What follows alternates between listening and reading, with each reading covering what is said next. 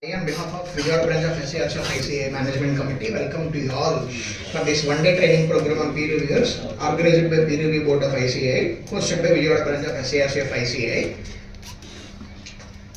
ఈ ప్రోగ్రామ్ ఎందుకు అనేది అందరికీ తెలిసిందే. It is one of the revenue source for peer reviewers at ICI. Phase 4 implementation 31 December 2026కి పోస్ట్పోన్ చేసినా కూడా పీర్ రివ్యూవర్స్ షార్టేజ్ కూడా ఖచ్చితంగా ఉంది సార్. పీర్ రివ్యూకి అప్లికేషన్స్ పెట్టుకుంటున్నారు కానీ అలాట్మెంట్ అవడానికి పీర్ రివ్యూవర్స్ లేక కూడా కొద్దిగా లేట్ అవుతుంది, డిలే ప్రాసెస్. ఆ ప్రాసెస్ కూడా ఫుల్ఫిల్ చేయడం కోసం పీర్ రివ్యూవర్స్ని ఎంకరేజ్ చేయడానికి బ్రాంచ్ తరఫున ఈ ప్రోగ్రామ్ పెట్టడం జరిగింది sir. I request everyone to make use the program to the full extent to attend in a beautiful manner. Two speakers కూడా మీకు పర్ఫెక్ట్గా గో త్రూ చేస్తారు సార్. కోర్స్ మొత్తం కరికులం ఎట్లా ఉంటుంది ఏంటనేది మీరు దీన్ని యూటిలైజ్ చేసుకోవాలని మనస్ఫూర్తిగా కోరుకుంటున్నాను. I request speakers of the day, CA Mohan or Lavi to please come under the dais, sir. I request past chairman of the branch, CA Pramod Garu, to please hand over a flower sapling to the speaker, sir.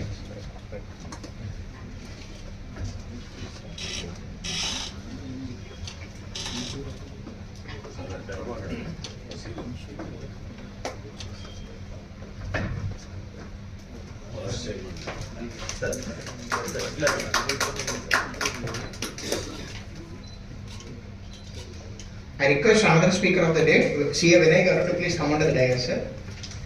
I request past chairman of the branch, CA Amar Sudhir Garu, to please welcome the speaker with a flower sapling.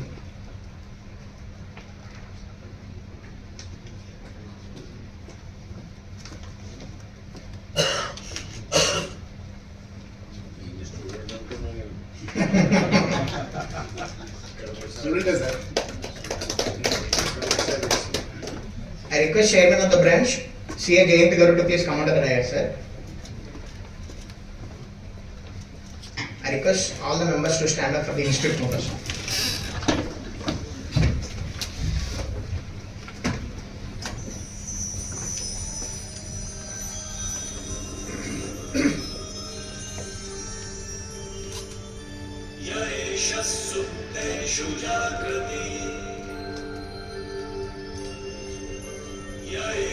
सुप्तेषु जागृति कामं कामं कामं कामुषो पुरुषो निर्विमाणः तदेव शुक्रं तदब्रह्मा तदेवामृतमुच्यते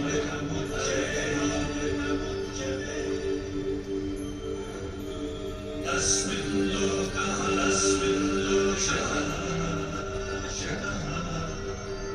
सर्वे तदूनात्यतीतस्य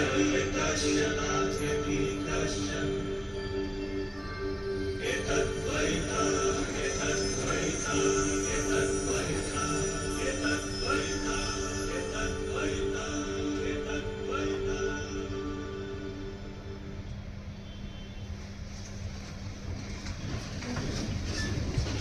Before proceeding further, I request chairman of the branch, CA Jayant Garu, to please give his opening remarks on this session.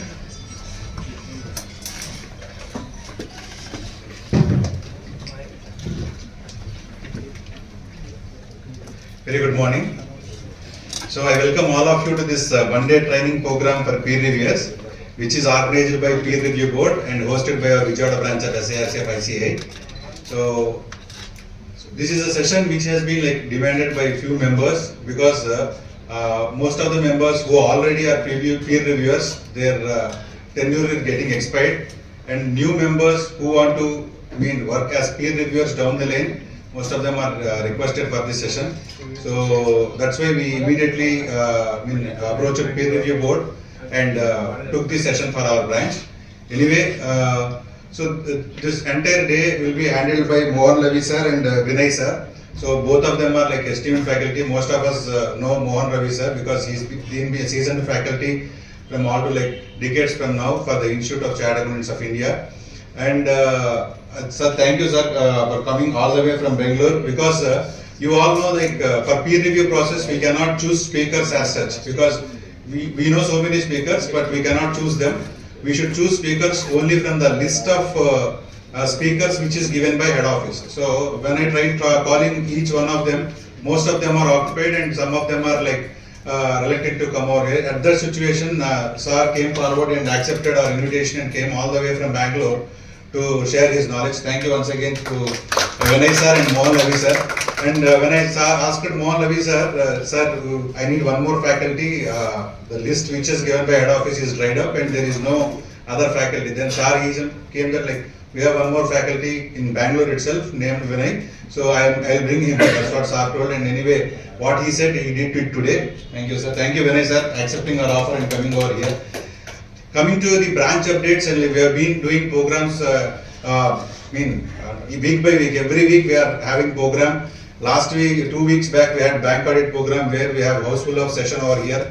In the same way, in 2nd March, we are having a unique session. Till now, in the history of the branch, we didn't. Sorry, 2nd April. 2nd April, we are signing MOU with Department of Home Affairs, Police Department of Andhra Pradesh. We have recently 6,000 constables have been recruited by Police Department and they are getting trained in 21 locations over the Andhra Pradesh. So Police Department approached us for giving training to them on some financial fraud detection and some forensic kind of issues which they at the lower level, at the constable cadre, they want to throw some expertise from our chartered accountants to them. So this has been initiated 3 months back. We are working on it and we have came to the final stage where MOE is freezed and Inspector General like IG and 2 APS officers are coming to sign MOU from their side, and Central Council members Hansraj Chuk sir, who is head of that committee from Delhi with his team, he is coming to Vijayawada. This is a big program which we have planned in 2nd April 2026. So I request all the members, past chairmen, senior members, young members to come and visualize that event, because this is the unique event, one of its kind, which is taken for the first time from our Vijayawada branch. So I request all the members to be part of it. That timing will be like from 11 a.m. to 12 p.m. Between that time we will get MOU signed. Initially they invited us to come over to IG office in Mangalagiri. So we said that like sir, our members will be there. It's better if we do that program in our branch, because our branch having the infrastructure over here, we can utilize that infrastructure, and we invited IG Garu and also the couple of IPS officers who is coming along with IG Garu. So they accepted our invitation and they are coming over here. So then I request to spread this word to the entire fraternity in Vijayawada, because this is the program which is taken care by Vijayawada.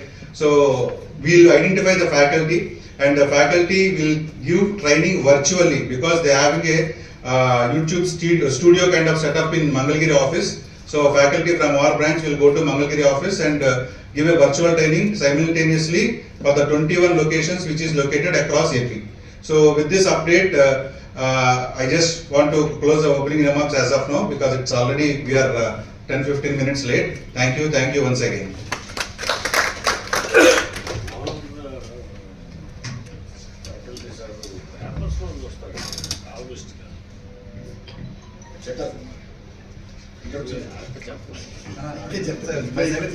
My secretary. That will be taken care by me, sir. No problem. Thank you, Chairman sir, for his opening remarks. I request our speaker and the Chairman sir to please join with the dignitaries so that the technical session will be started.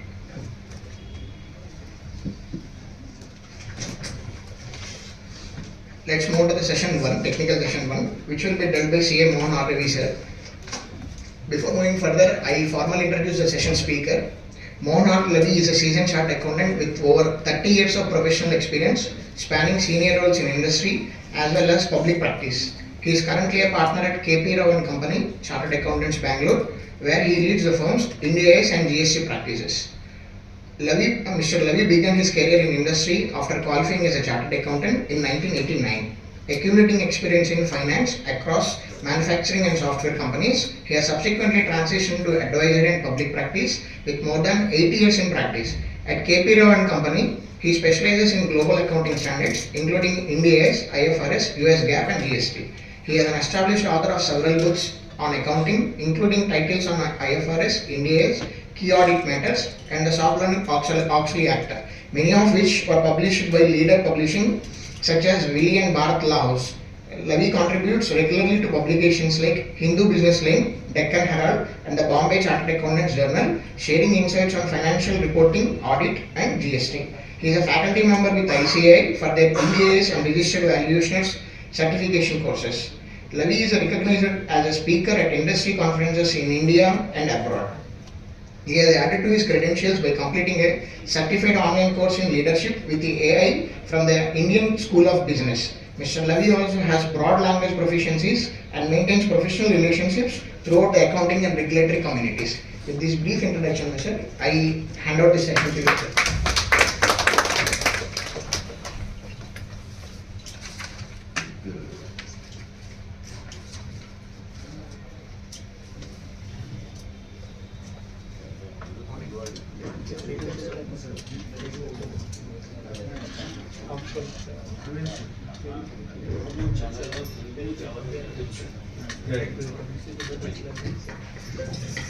Good morning. Namaskaram. First of all, let me thank Jayant for inviting me here to this program to talk on peer review. I always feel that any session, any of these technical sessions, it's always important to reach not only tier 1 or tier 2 cities, but also cities which are not tier 1 or tier 2. So that's a very, very important thing. Of course, Ratan Chakravarti, when he didn't have any faculty, my first impression of going to Vijayawada was to go to Kanakavada temple. Peer review tarvata chestam, first idi chesestamani cheppesam. But then we thought, okay, fine, I've already gone there so many times. But one inspiration is always there to go to the temple whenever we come to Vijayawada. Your Telugu is very good, sir. Sir? Your Telugu is very good. 6 years Hyderabad andi. Sir? Okay. Avuna? Also recognize the presence of Prasad Garu. So thank you very much. First question, of course, I think already Secretary has answered that question. Why have you come here? That question he also answered. Not to get peer review done, but to it's a Bangalore doesn't peer review. Bangalore is a sniper, to get enlisted as peer reviewers. That is the intention behind this thing. Before getting into technicalities, I'll just give you a little bit of a background. Peer review board Shara is there for a very, very long time. One institute PRP is there for a very, very long time. But off late, we chose there, slowly the importance is actually increasing of the peer review board. There are two reasons for this. First reason is, after so many episodes have happened of whatever you call it, ILFSO, Punjab National Bank, whatever you call it. The first thing which changed the view of, I won't say the profession, but generally, was the Companies Act 2030. The Companies Act, if you open the Companies Act PDF format, you search for the word called company, 400 hits ravachu. You search for the word called imprisonment, you will get 500 hits. In that act, the word called imprisonment has been used more than the word called company.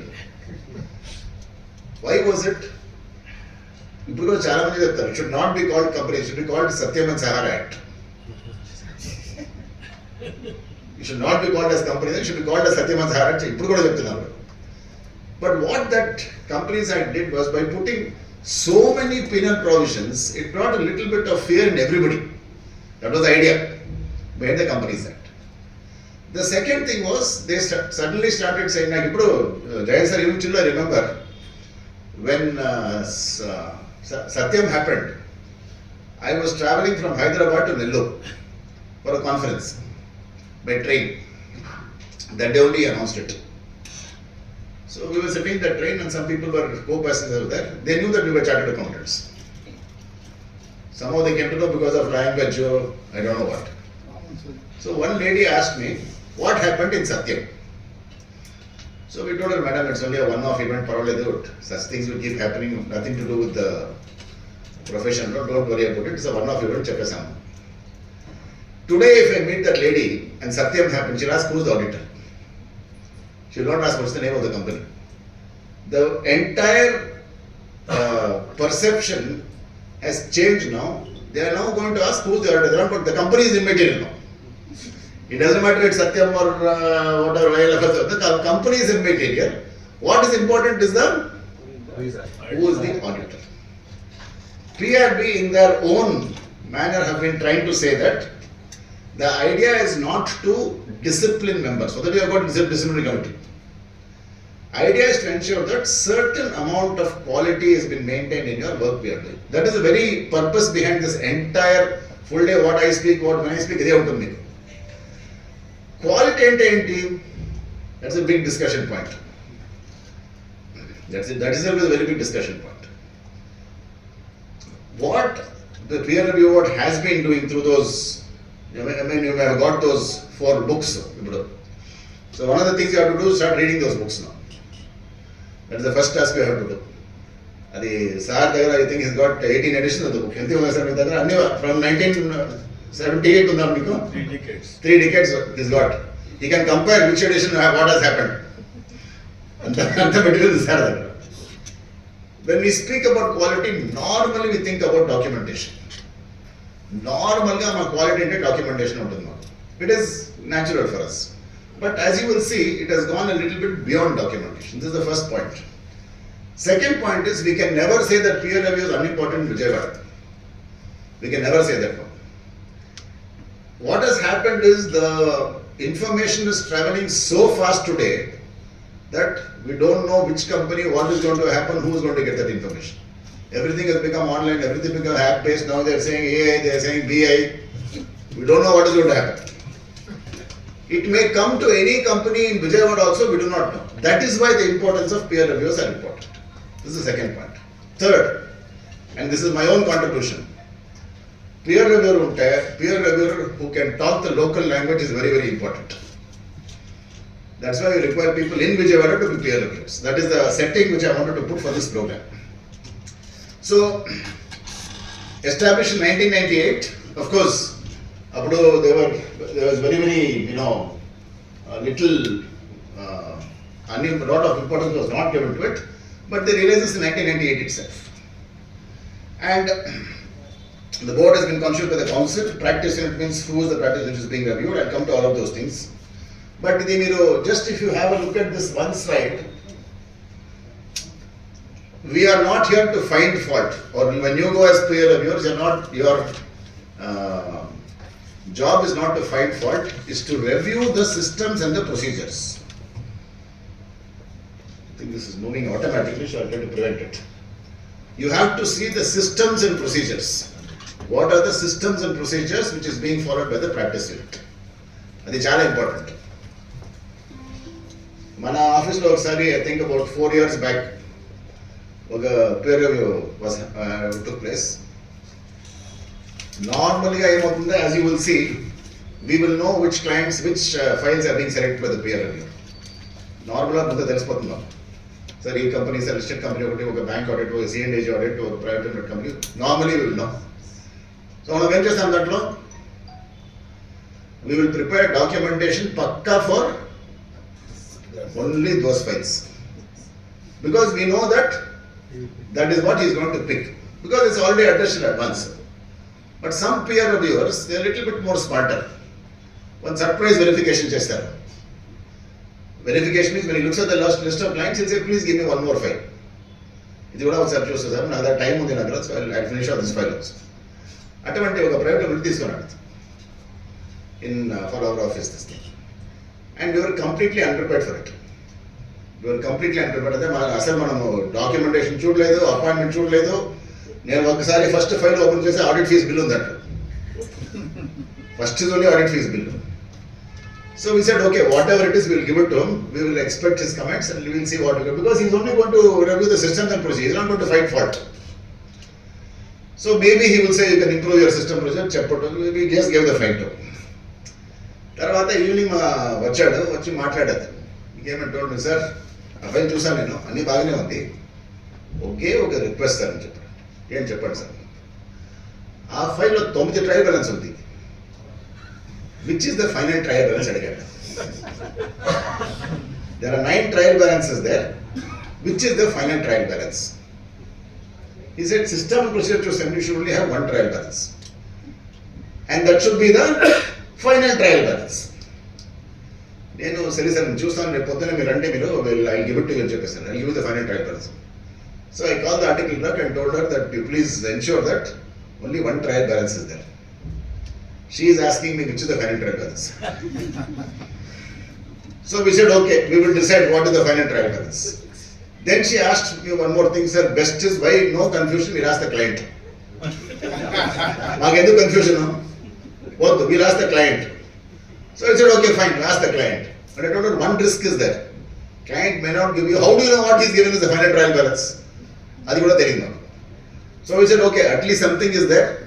You get the final trial balance from the client. So 8:30 in the night she got it and she sent me a message saying that final trial balance received, revenue not matching. Final trial balance has been received, but revenue was not matching. So, edo chesamo, I will not tell you what we did. Edo chesamo, but the peer review was established and he said, only ensure that as per system and procedure, only 1 trial balance is there in the file. Most of the places, when you are going as peer reviewers, this is going to be your job. To see the audit file, which we'll talk about a little bit later on, and see what systems and procedures they are having for the audit file. Manadant, I told you earlier also, maakentante quality ante documentation ante audit file ante it should be filled with papers. Now I think what is important is, are those papers relevant papers or not? అది మాత్రం చూడాలి అంతే, right? So this is what is the basic thing of a peer review. Again there's in documentation of course to demonstrate the quality of the assurance services. ఇది మన quality అని చెప్పినట్టు of course now there are so many what you can say regulators who are coming in. They are also saying so many things about quality. Everybody can talk about quality. I have a personal feeling, Prasad sir very much actually agree with me.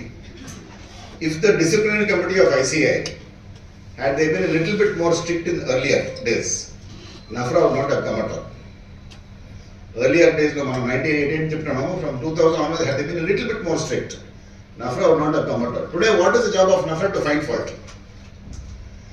That is their fault. To find fault is their fault. Even now, I'm telling you, if I give one of my audit files to Jayant sir and tell him, please find mistakes, what will he do? He will find a mistake because that's his job. He will definitely find a mistake.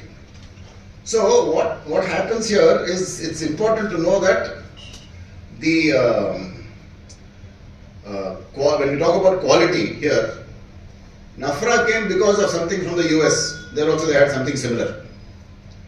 But sometimes, US, as you are seeing now, we don't know what is going to happen. We didn't know them at that time also. They have something called as Public Company Accounting Oversight Board. NAFRA is nothing but Public Accounting Oversight Board in India. Their job is only to review the audit working papers. Ante inkem ledhu varaki. Their only job is to review audit working papers. They have done it totally for about, I think, 600 working papers now, or 600 inspections have been done. That 68 firms of India, ante big four, idem automatic aitandi, timing undi. What's this?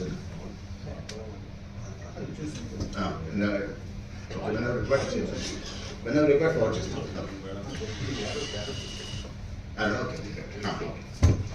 68 firms, Indian firms, and not only big four, but any company listed in India, subsidiary company, they can inspect. So, and their job is just like I told you, just like this thing only to fight for. There is one firm in Pune, they had a subsidiary company of a US company, software company. Chala simple అండి. Every month transfer pricing invoice ఒకటి, which means totally 12 invoices.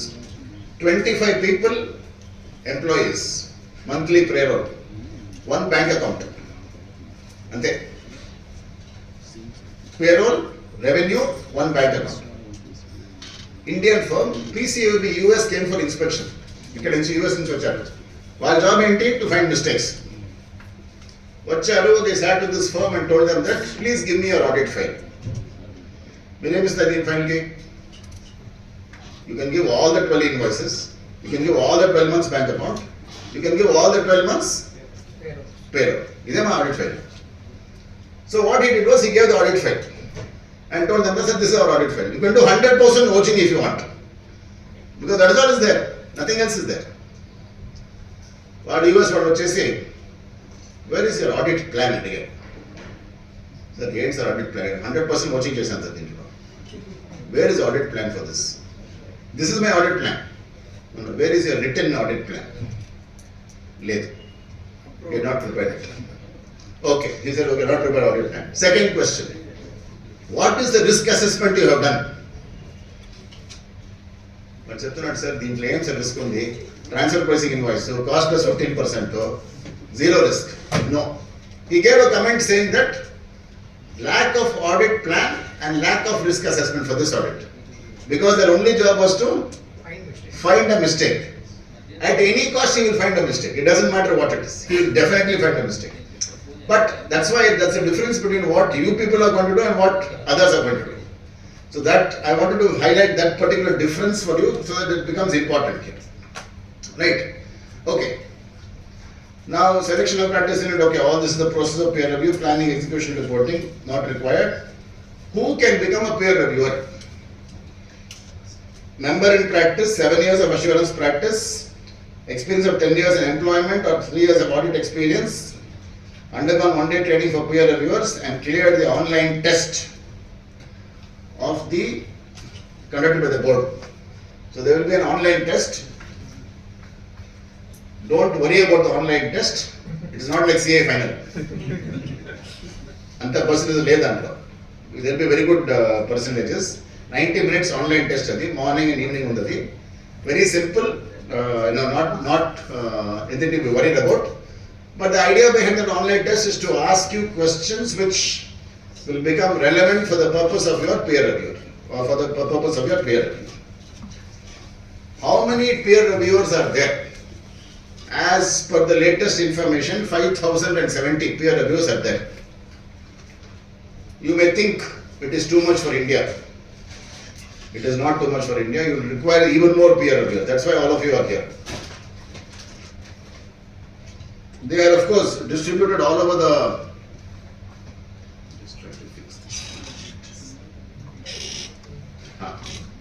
They are distributed all over the country. Southern region about 855 people, Eastern 1899. Northern region are more number of peer reviewers because of closeness to Delhi probably. But you see the surprising thing, maximum number of peer reviewers in central region.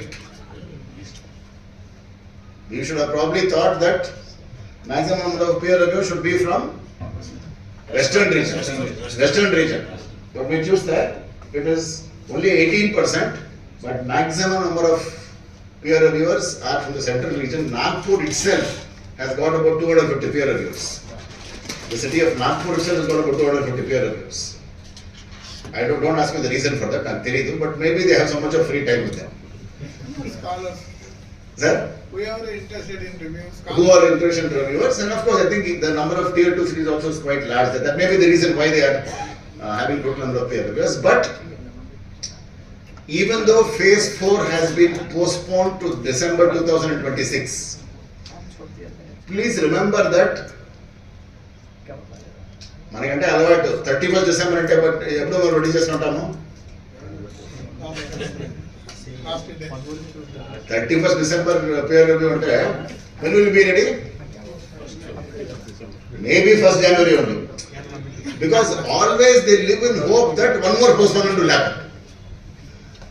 But my suggestion to all of you all will be that it's okay, let it come on 31st December. I think that is going to be the area where all of you all will actually get peer review assignments when that phase 4 comes into play. Because it is applicable to a larger number of entities. Because it's applicable to a larger number of entities, number of peer reviews will obviously be required to be on a higher this thing. And I don't know why they have postponed it now, but I'm quite sure that Prasanna will not allow it to be postponed any further.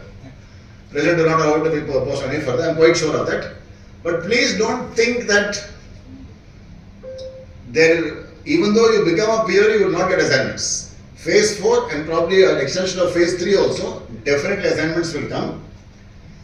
You can't do 50 assignments in a year. Adirada. You can't expect that.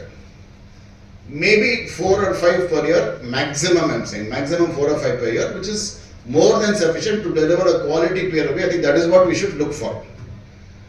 SEBI has also said that unless the firm or unless the auditor of a listed company has a valid peer review certificate, you cannot be auditor of a listed company.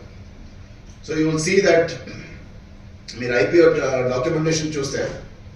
If you look at the DRHP being filed, you will see that many companies who had non-peer reviewed firms, auditors have resigned just before the DRHP or before the IPO filing. Auditors have resigned because SEBI is mandating that for any listed company, absolutely important that you should have a peer review certificate. Without a valid peer review certificate, you can not, and in fact they ask you to give a copy of the peer review certificate also.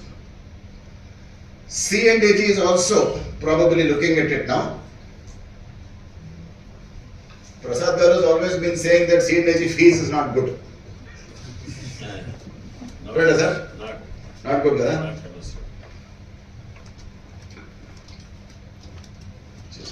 Why recently PNB Central Structure Actors are resigned? Why? PNB Central Structure Actors resigned. PNB recently Central Structure resigned. No answer, sir. I can give a diplomatic answer. Ante. It is not because of fees, I can tell you. Definitely not because of fees, I can tell you that much. But PNB has always been a problematical bank. It's always been a problematical bank. So there's no two ways about it. It's better they resign than, somebody else coming to know about it. I think that's what I look at. So దీంట్లో మీకు advantage ఏంటంటే for a C&AG you get 25 points additional, which is a big thing because depending on number of points you get the audit is being allotted. There has been a slight improvement in the fees, sir, Prasad Garu. Slight improvement in fees, but it is still not Commensurate with your effort. commensurate with your effort. The second thing is, I think, you have seen recommended scale of fees of institute. 2020 they have not changed. 2020? Numbers they have not changed. Sir, we can't charge that fees, sir. Why they should change it? Any of you are following it for your fees charging? Can you? Magentante the advantage. We can tell the client, this is the recommended fees of the institute, I am giving you 50% discount. It is like Sivakasi crackers, standard, company 100, I am giving you 50, 20, 10, 20, like that. Then if you move to a mid-sized PSU audit, and 25 points will help you there. Because there the fees is slightly better. I'm not saying it is very high, but it's slightly better. So that's why this peer review certificate becomes even more important for you. Slightly better than the normal fees. Okay. Sir, for young members, first time, how much fee they will get if they get a peer review assignment? Then separate side, I'll spend 10 minutes on that side. Why young members, sir? People 20%. 80. మన assignment fees లో peer review. No, that is that. అది attraction అది కదా. Attraction, that is it. So just look at this practice unit which proposed to undertake. Just go back. Pause here. Attestation service having 3 or more partners undertake branch audits of banks. This was not there previously. This is coming in phase 4. So 31st March 27, any firm which is getting a bank audit, bank branch audit, not CSA, bank branch audit will have to be peer reviewed. Before his term expires, Jayant will put one more program next year. 100% for peer reviews. Before his term expires, he'll put one more because these people will have to get a peer review certificate even for the bank branch audit also. Here, I think this is where your entire interest will lie. Any firm in and around Vijayawada, or why I won't say Vijayawada, I'll just the state itself I'll say, interested in getting a peer, those numbers are pretty large. Even though the number of branch audits has reduced, the number of auditors has not reduced. The number of audit units has reduced slightly, but because this is the first time coming, the reason why they have put December 26 is because those 3 months of January, February and March will be used to get a peer review done. So that is where your interest should probably lie, because many of these units, even if you forget, they don't have 3 partners also. You don't have 3 partners, you might not get a branch audit also. But if you've got more than 3 partners, the entire, suppose there are say 300 firms in Vijayawada and nearby there are another 200 firms, this population becomes your becomes your requirement for a peer review certificate. And RBI is also going to insist that if you are doing a branch audit for 31st March 27, you require a valid peer review certificate. So January to March will be your window to get a peer review certificate done. Okay. Number of certificates issued. 2025, 4,105 peer review certificates have been issued totally by the institute. Already in 2026, in 3 months, 1,792 peer review certificates have already been issued. This figure is only going to go up. If I put the number for 2027, it is obviously going to become a little bit more higher, because obviously the number of practice units is obviously going to change. This has happened over the years. As you can see, there's been a growth, complete growth over the years. And in the middle, you can see a few years of flatness. Most of the peer reviews have only happened for auditors of listed companies. Most of the peer reviews have happened only for auditors of listed companies. Input in the 2025, many people have voluntarily chosen peer review also. Many firms have said, I want to get a peer review done voluntarily also, because they may not have a PSU audit as such, but as a part of the general governance mechanism, they have also voluntarily said that they want to get a peer review certificate done. So therefore, this has also been done by the peer review board. Number of practice units as per AQRMM level, you can see here level 4 is 854 is what they are identifying. Level 3 is 1191. This together,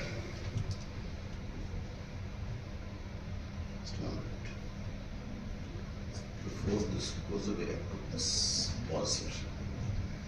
Almost about 2,000 units will come under the peer review this thing here. Not everybody right now has gone into the peer review mechanism. So again, this will be a very, very important area for us to do.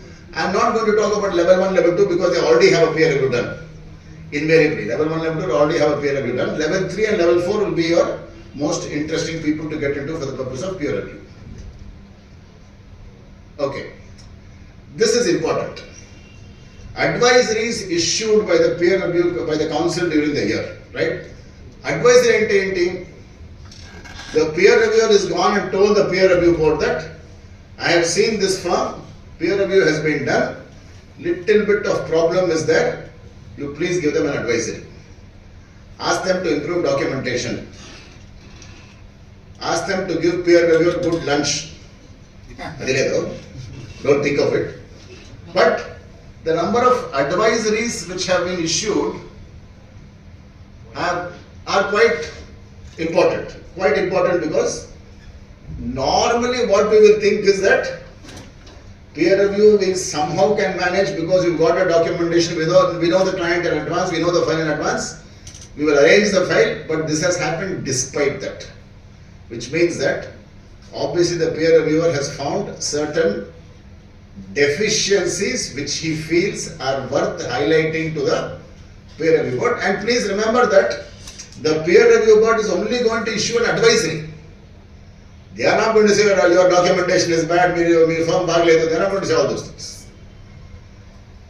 In one of the, though it was a QRB, one of the QRB we had a very interesting situation. The reviewer came and sat and said that one file, he said authorized share capital is wrong. As per your financial statements, it is 25 lakhs. As per ROC filing, it is 50 lakhs. This is what he said. Because it was authorized share capital, we thought anyhow there is no impact on financials. Maybe it is a small error which has been made. Parvaledu, no problem. But I told the person that I will speak to the client and ask him to change it.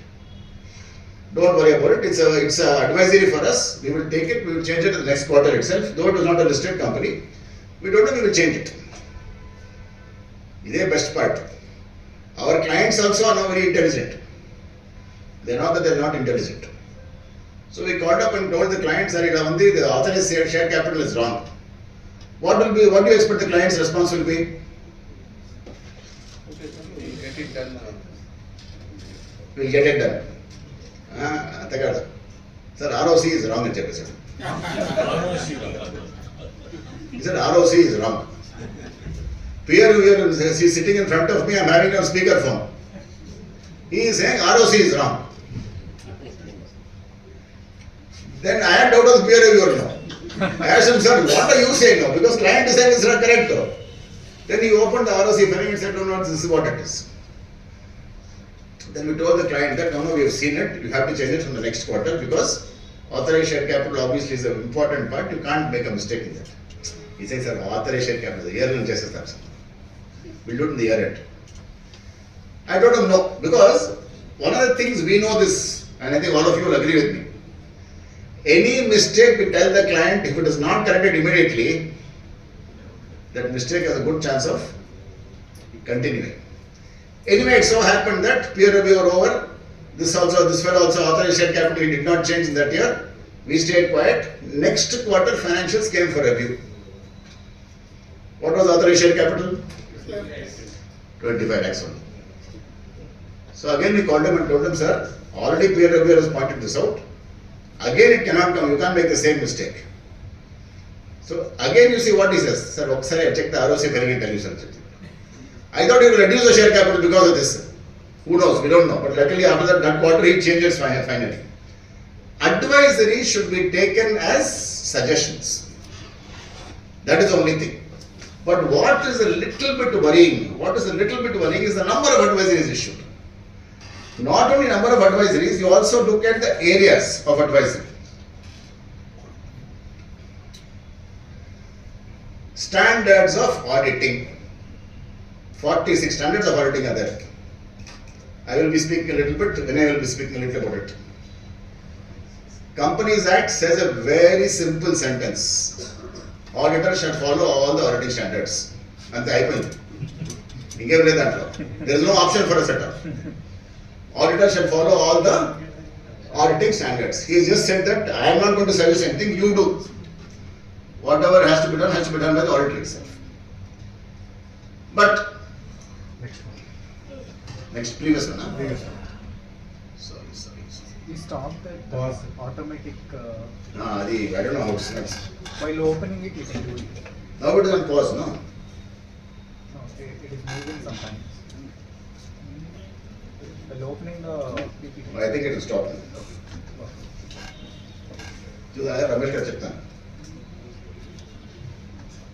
I see some, apart from seniors like Prasad Guru, I see some young members also. Auditing standards are there. Have you seen it? Yep. Please, my questions are very clear. Have you seen it? I didn't ask about reading it. Have you seen it? Yes. Very good. Seen. Have you read it? I expect the answer. Only when passing the exam. Only when passing the exam. No, I recently attended the Online course. Online. Someone Hyderabad branch conducted. Online chesara? Okay. Madam, CCM, she started. మీరు కూడా చేశారా? చేయలేదు వద్దు. 9th batch is running online course. I'll be honest, no offense meant to institute or anybody, quite boring to read. I'll be very honest about that. Quite boring to read, but inevitable that we have to read it. There is no option for us. One a day. Sir, 1 day చాలా ఎక్కువ sir. Half standard per day అంతే మీకు. 1 కూడా చాలా ఎక్కువది. We will always have checklist. We will always have checklist. 46 standard auditing standards ఉన్నాయి. SA 230 mandatory, we have to do, no option. Materiality, Vijayawada ఏం materiality పర్వాలేదు. We'll ignore it. So what happens, because our checklist is, we are checklist driven, we will tend to probably ignore some auditing standards. But that is where I think we have a little bit more work to do as a peer reviewer, because maximum mistakes you will find on auditing standards only. You will never find a mistake in accounting standards, because auditor has taken the fees and gone. Somehow it will be there somewhere in the report. Auditing standards, there will be a problem. I'll give you a very small example. Related party, SA 550. Our general impression of related party is what? Holding company, subsidiary company, joint venture, associate, KMP. Who is KMP? We think, okay, MD, CEO, CFO, company secretary, and some other person. Whoever they have identified as related party. Everybody is using the word called as significant influence, which means KMP is not only this set of people, it can also be anybody who has got significant influence or a relative of this person. Recently we had this experience wherein most important related party is what? Identifying the related party, not in disclosure. Disclosure we will do any which ways, no problem. Listed company, SAP implementation. They are called the auditors for SAP implementation, they are called SAP team also. All of you know how SAP is. No SAP implementation is successful. It's always a journey only. It is like Iran war. It will keep happening. One fine day they'll say it is over. Jayant will agree with me. He does a lot of oracle work, right? If fees is not given, then it is over. Till it's over, it is not over. But one day they say it is over. Go like. So these people came and they were doing a presentation. There was one new person in that meeting, which I was not familiar with that person. So Tarvata I asked that person, sir, Yavredi. He said, sir, he is the grandson of MD. Okay, what is he doing? So he is heading the entire SAP transition.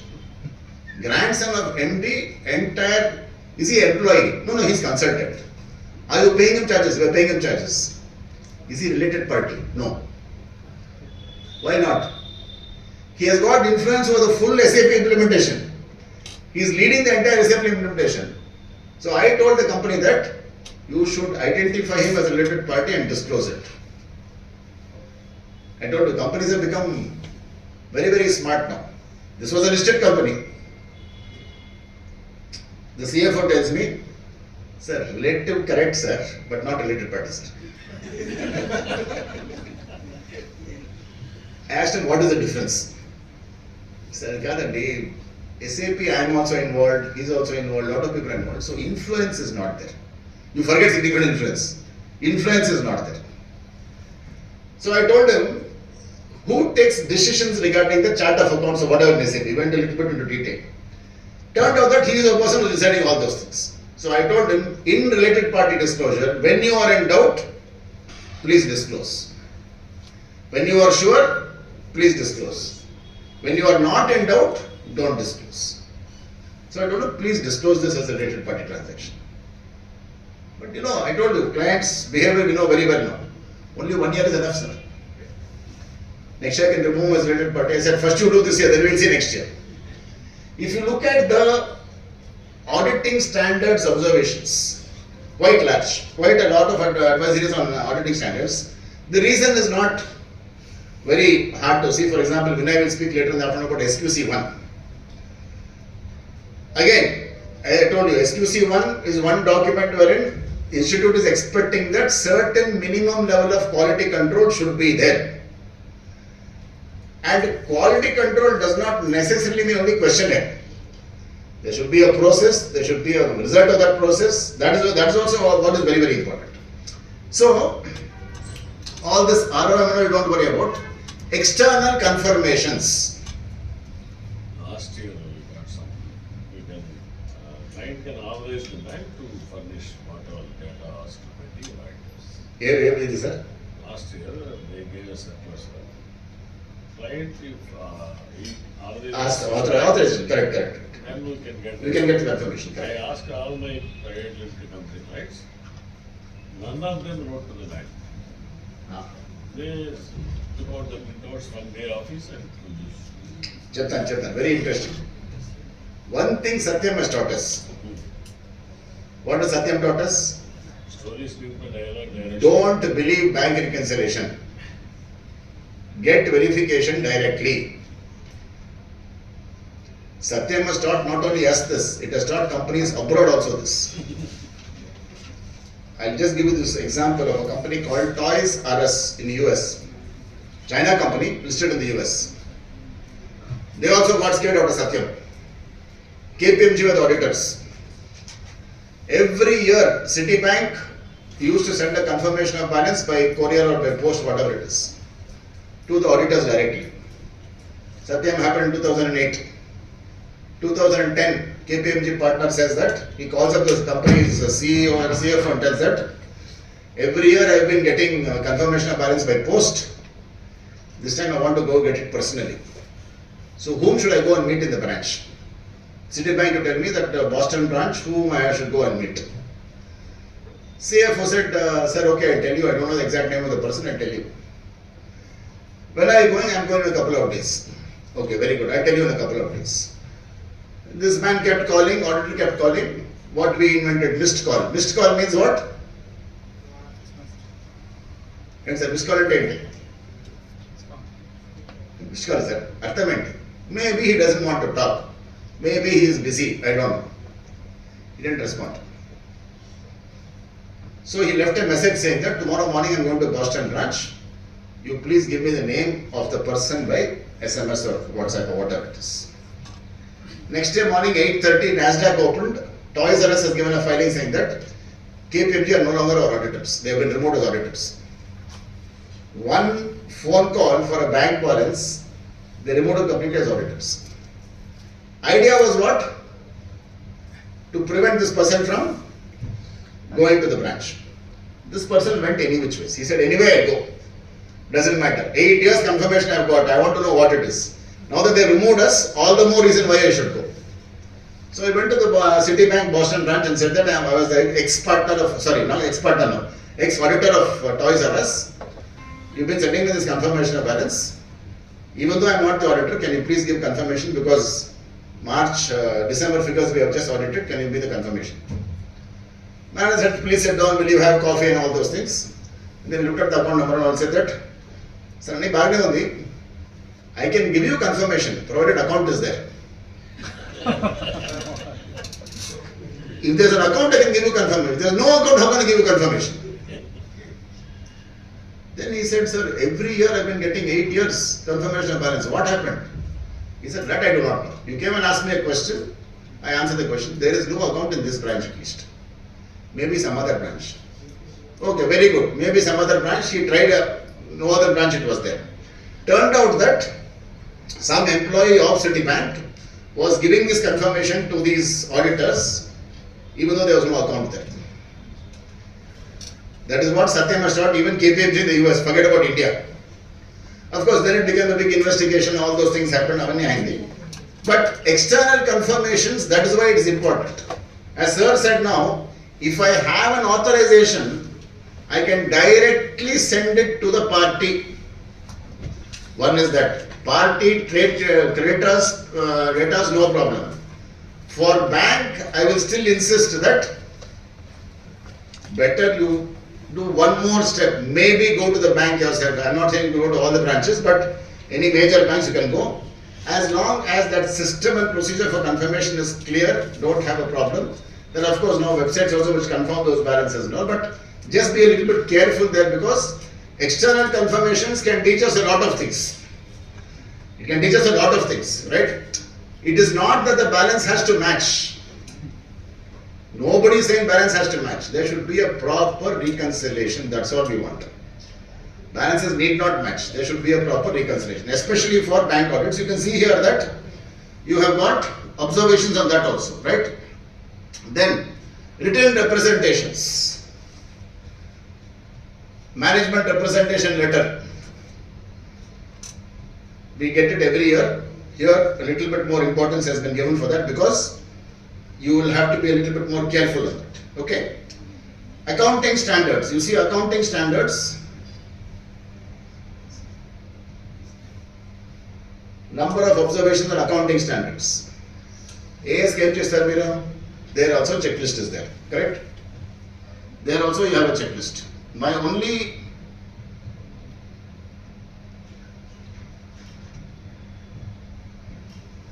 request to you all for checklist is what? What do you do for a checklist? If April you have to start an audit. You take previous year's checklist, change the year and say checklist 2027. That's what we all do. My request is, at least this time, read the checklist. Sir asked a question about Punjab National Bank. Why the auditors designed of Punjab National Bank? I'm not saying why they designed, but Punjab National Bank has always been a bank which believes in a lot of checklists. For everything they have a checklist. They have their own internal inspection department, internal inspectors to go to all the branches and do they don't call it as control, they do inspection audit. Our questionnaire law, there are 60 questions. 60 questions, he cannot write anything. He only has to answer yes or no. Antavagu the questionnaire. He only has to answer, has the bank appropriately provided for NPA? Yes or no? He can't, there will be an annexure for that, he only has to say yes or no. So one Mr. Agarwal, Punjab National Bank inspector, goes to Chennai Currency Chest branch in Mount Road with this questionnaire. He is answering all the questions serially. He is answering all the questions. Question number 55, because it's a currency chest branch. Question number 55. Does the bank have a security guard?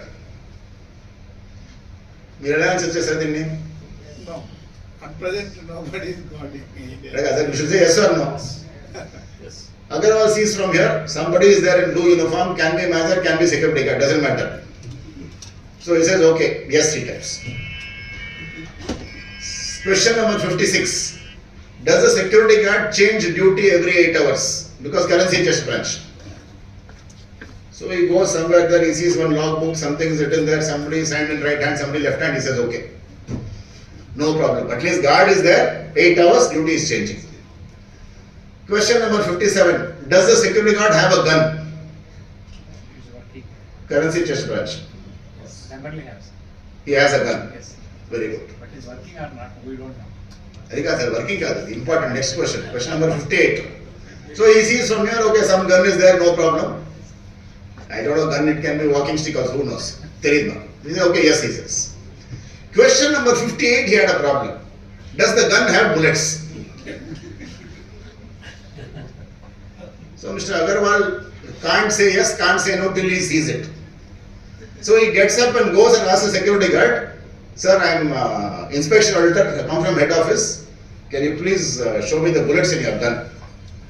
So he says, sir, 3 years I said, yeah, bullets late, sir. For a currency chest branch, it was a very important observation. Mr. Agarwal comes back, what can he do? No. He can only say yes or no, he can't write anything. He can't say this emergency, currency chest branch, they require bullets. Nothing he can say. So what he does, he simply ticks no and sends the report. It was never observed in Punjab National Bank for 3 years. 3 years. It was never observed. End of 3 years, somebody got up and said that currency chest branch in Chennai does not have bullets, please give tender for bullets. By the time the branch itself was closed. Problem in checklist is, please keep it updated. That's all. All I'm saying is, please keep it updated because if you don't keep your checklist updated, you will get into situations wherein you don't know how to answer a question like Mr. Agarwal, and you will have a problem then. Latest, because we all know now the company's amendment bill is coming now. It's already given to Parliament. There will be further changes there in that. See, one of the good things about practice in India is that something will always keep happening. No law is always constant. Now you've got Income Tax Act 2026, you've got Companies Amendment Bill, GST is always a work in progress. So you always have that excitement that something is going to happen. So that's why you have to ensure that your checklist is very, very complete. At least it is updated.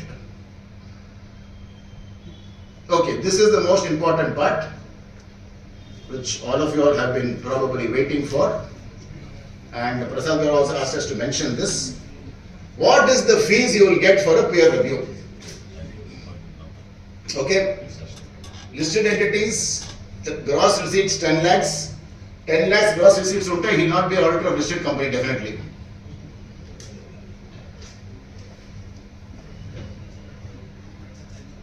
Okay, I think it is pausing now, so it should and tell me if the fees is adequate or not. Or if you want an increase in fees, please ask Jain to send a representation. This is minimum fees. Actually. Minimum fees would be, but you can charge only this much, no? This is minimum charge.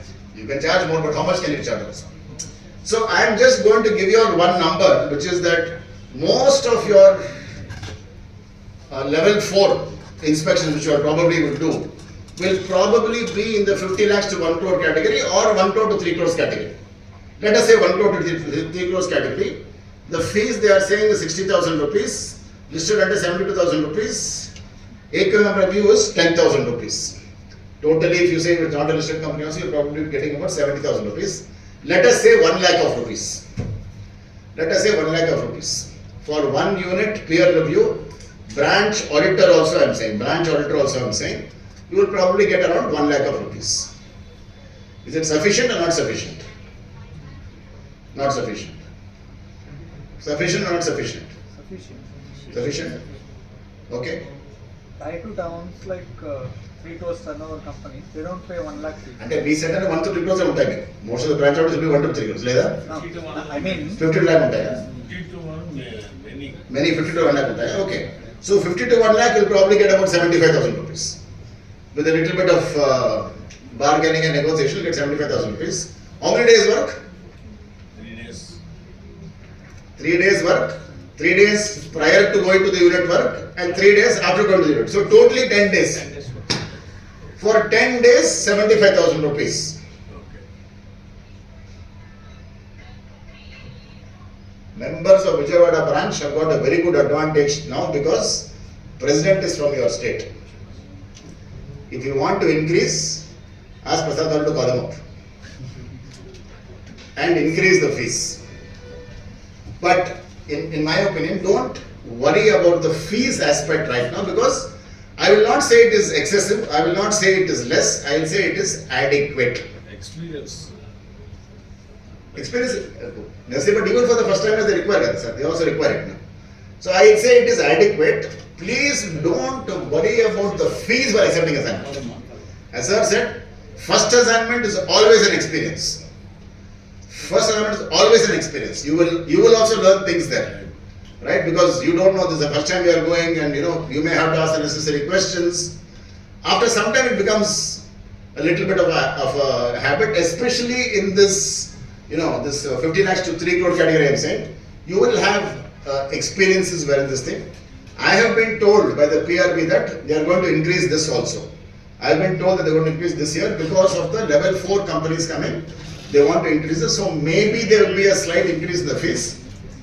The best part here which the institute has done is that they are giving you fees separately for AQMM. Audit quality maturity model. I don't know whether 10,000 rupees is sufficient or not, but according to me, audit quality maturity model still has to mature.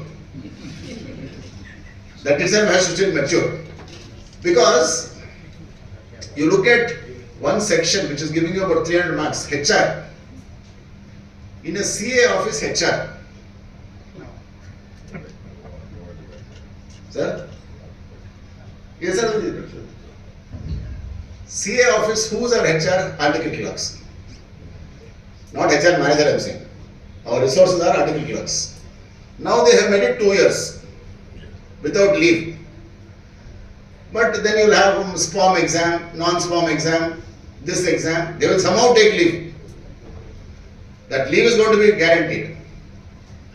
300 marks for that particular section is going to be a little bit of a problem. Okay, we can do training. That we can do. They are saying training, we can do training just now. No problem at all.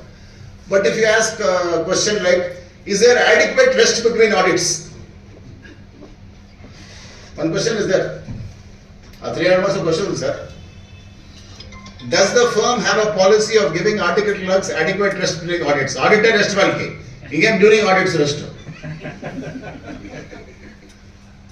So how do you match this for that? That's a problem there. Here you have got a separate fees for AQM. What we have seen is that at least in our peer review, I don't know what the level was. I think we were level 2 or something. We gave some marks. Out of some 800 marks, I think we gave ourselves some 500 marks. The peer reviewer is known to me. He came and said, sir, 600 marks I'll give you for AQM. I don't know, okay, if you are giving all the more better for me, no problem. Which area you are going to increase in? I don't know, please don't increase in HR because we don't have any HR now. IT systems I will increase. Okay, no problem. Increase. So we got 600 now, that has become our base now for 600. We have to go beyond 600 now. Here they are paying you separately for that. My suggestion again to all of you all will be that don't think of this as an audit. Think of this as an experience which you are getting paid for. I think if you think of it in that way, your entire approach to this peer review completely changes. Because then you are going to go and say that let me go and at least try to see how this peer review can be done in a manner required by the peer review board. You already have these books with you all. One thing you can really appreciate about the institute is that you name one area, they have a publication for it. You name any area, they have a publication for it. If you want AS, they've got publication. If you've got GST, they've got 100 publications. Jayant was telling me that recently there was a seminar on branch audit, bank audit. Guidance note on bank audit. Chusara? Yes. Question is very specific. Chusara ante. I'm not going to ask the next question. 925 pages PDF format. If you remove 400 pages for central sector auditors, you still have 500 pages to read. I was supposed to give a lecture in Salem or somewhere for bank audit. So I said, okay, let me do one thing. I thought I'm very, very intelligent. ChatGPT, I went to ChatGPT. I uploaded this thing. And wrote, can you please summarize this 922 page document? Please, one good thing about ChatGPT, it will never say no. Whatever question you ask, it has not learned to say no. Yes. It has not been trained to say no. It will give some answer. So it started off, okay, reviewing the file, reading PDF, going to my this thing. Then suddenly it said, document too long. Out of every space. I was wanting to go and tell them that, see, beauty of AI is you can summarize 900-page document into some 9 pages. 9 pages. Okay, 9 pages must be proper, but it didn't work.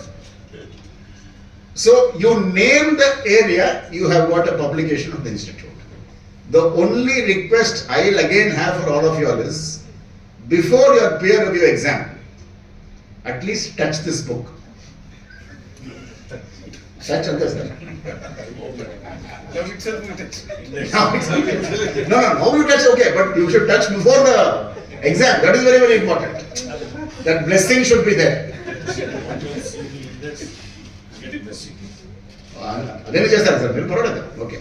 He says open the index and get blessings. Because I am very confident of one thing. Suppose you don't read that book at all. Suppose you research the book, you don't want to read it also. Tomorrow morning is the exam. You should get 50 marks. How many will you get? 16. You are supposed to get 50 marks without reading the book at all. These 4 volumes, you are there with you. You have just touched it. You have not read it. Tomorrow morning, you are reading the exam. You are doing the exam. Enta marks vastundi meeku? 4 times 40. Sir? 4 is 10, 40. 4 books, 10 marks is that, okay. 40 marks. 10 marks you have to try. Adi. The reason why you should read this book is for that 10 marks. Only for those 10 marks you have to read this book. Otherwise, there is no necessity of reading this book at all. It has got, everything is there on the peer review website itself. All of it is there. So you don't have to worry too much about, what is there in this book, not there in the website. I mean, not required at all. I can tell all of you all that this 40 marks which sir said, very easy to get. Only by common sense you can get these 40 marks. Only by common sense. See, one of my friends wanted to do this IIT exam, JEE exam. And he was preparing very hard for it. Unfortunately, before the exam, 1 month before the exam, he got some typhoid or something. He became very sick. And he recovered just 2 or 3 days before the exam. Then I asked him, are you going to do the exam? He said, what to do? I have already, applied for it, so I will go and do the exam. But I am not able to study. That also was MCQ based on. So he was not well at all. He went and he had a formula. First question, A will be the answer. Second question, B will be the answer. Some formula he had in his mind. After 15 questions, he reversed the trend. Something he had in his mind. You will not believe, actually passed the exam. If there are no negative marks, certainly he will pass. Negative marks, yes, sir. No negative marks. Only negative marks there in the valuation course, not here. Sir? It's a lucky. So you will get the examination. Don't worry about the exam. That is, but institute has also been saying that sometimes you have to study a little bit also. And just before, sir, tea break on that? 5 minutes break, okay. I'll tell you because many of you would also experience this. Especially me when I experience this thing. When you sit in one particular set of rows in this Indigo aircraft, emergency exit, they will come and ask you questions. They will come and give one lecture. Are you prepared to open the window? In case of, because of our Tejas Surya did it in Chennai once. They will ask you a few questions. So you just have to say yes. And say that, okay, we will open the window, emergency, whatever happens. Sometimes you get scared. If the aircraft lands on water, she will say, where is the water in Bangalore, Vijayawada? But anyway, we can't ask her all those questions. But now they become smarter. They'll give the demonstration, then they'll say that, I'll ask you 2 MCQs. You please repeat. I want to understand whether you understood or not. So she will say, at what sign you have, what command you have to open this window, we have to say whatever she has, we try to repeat that. So, like that, before the exam, you may want to, now I'm going to improve, touch the book, open the book, and probably read the book also. You will have to read the book for the last 10 marks, you'll have to probably read the book. So, we'll come back and do the remaining portion and, 10 minutes, sir? Yeah. What are these? Yeah.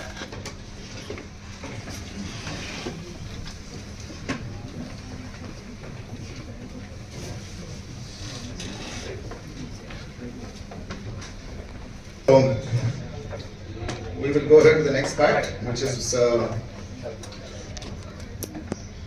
little bit more about the process and all of those things. So, and then we'll speak a little bit about the auditing standards, and then Vinay will take up in the afternoon session. So, in 10 days in Japan, they are saying 20 days, but it can be brought down to 10 days, no problem at all. Planning stage is very, very important. The planning stage is very, very important because you need to know what units to take depending on information which has been given by the client. He will give the information, you will make the choice. It's not opposite. He will give the information and you will make the choice. So you will have a set of criteria given by the PRB which they will sort of tell you about.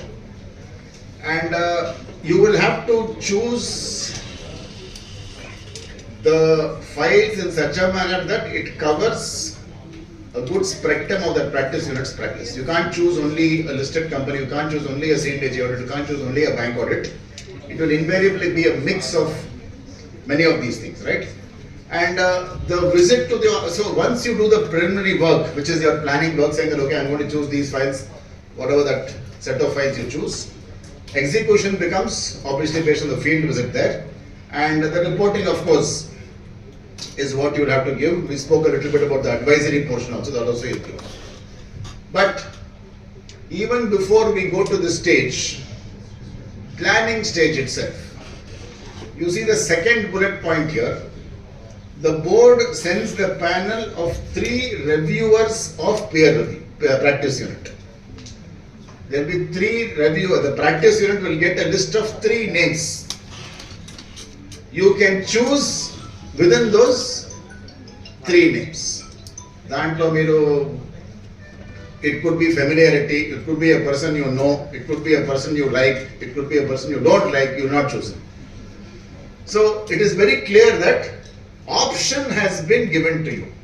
Now please remember that even though option has been given to you, all the peer reviewers will choose only a person, or all the peer reviewers, anybody chosen will have to follow those guidelines.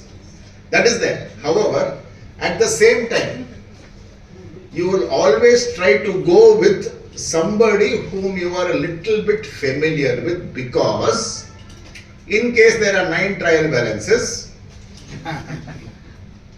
he will tell you there are 9 trial balances. And please remove 8 trial balances. Even if you remove the wrong one, doesn't matter. This part is very, very important. So let me ask you a question. Sir, me parent, sir? Madhusudan, sir. Let me ask all of you a question. You are getting peer reviewed. You have a choice between Jayant sir and Madhusudan sir. Whom will you choose? Sir, Nika sir, all your question. You are peer reviewer, sir. Between them, whom will you choose? Jayant sir? Whom I know? Whom you know? I'm asking that question. Now they came to the point. Now they came to the point. Right? You will always go with a familiar person, because that is how it is going to be. And luckily for me, I have got the luxury of having known many people who are peer reviewers, our firm's peer reviewers. So somehow that connect has always established, always know a person who has come as a peer reviewer. Please remember that it is very important, because that familiarity becomes very critical. Sometimes, if you get people who are only commenting for the sake of commenting, it becomes a problem. We have faced such people also. Some people come from North India. Their only job is to comment for the purpose of commenting. I'm not talking about North India as such, I'm talking about people from North India. Some people from North India particularly. They want to make a comment, they will make a comment. And probably what is the worst thing is that they discuss something with you and don't report that. What is more dangerous is that they don't discuss something with you and report it.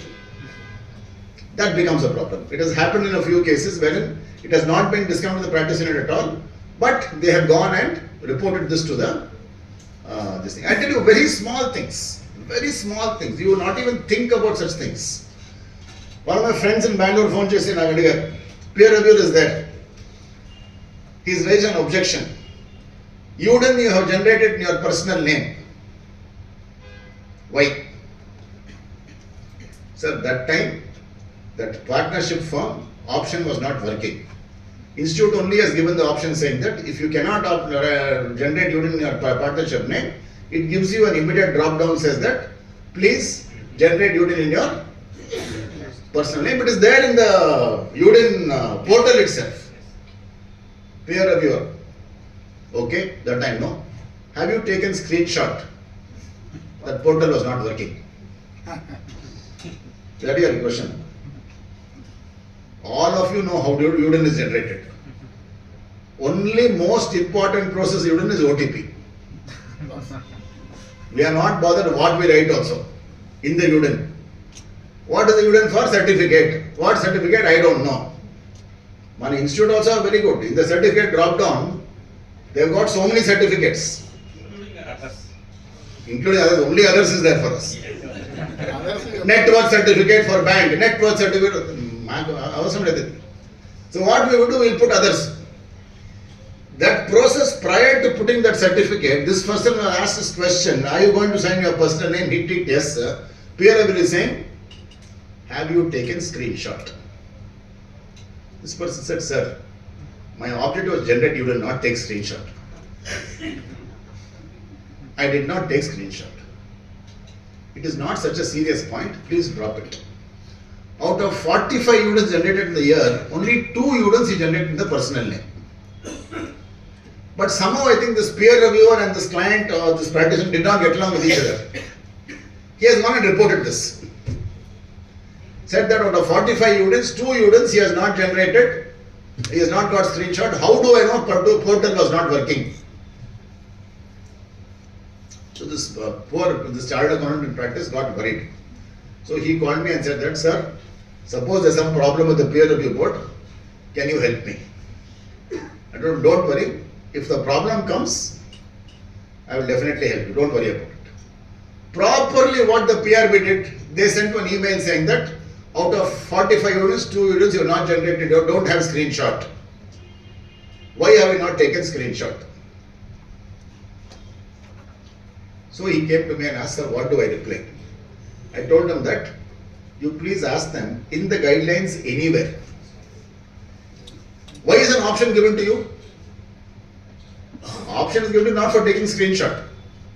Suppose portal was not working, you could not generate UDIN. Then you develop a UDIN, you can take a screenshot because portal is not working. When you have given an option that you can generate in personal name and he has taken in personal name, obviously he could not take a screenshot. So he replied saying that my intention was only to generate a UDIN. I did not take a screenshot. From next time onwards, I will be a little bit more careful. Whenever required, I take a screenshot. Last, he added one sentence at my request. PRB can also confirm that the UDIN portal was not working on that date. PRB does not have information about the portal not working on that date. Obviously. We just added a last sentence and you can please cross-verify and say on that date, UDIN portal for Bhat and Shubham was not working. It's okay. Query dropped. No problem. The best way to answer a query is to give one more query. Logged. But you please imagine that even I did not expect that peer reviewer ask this question.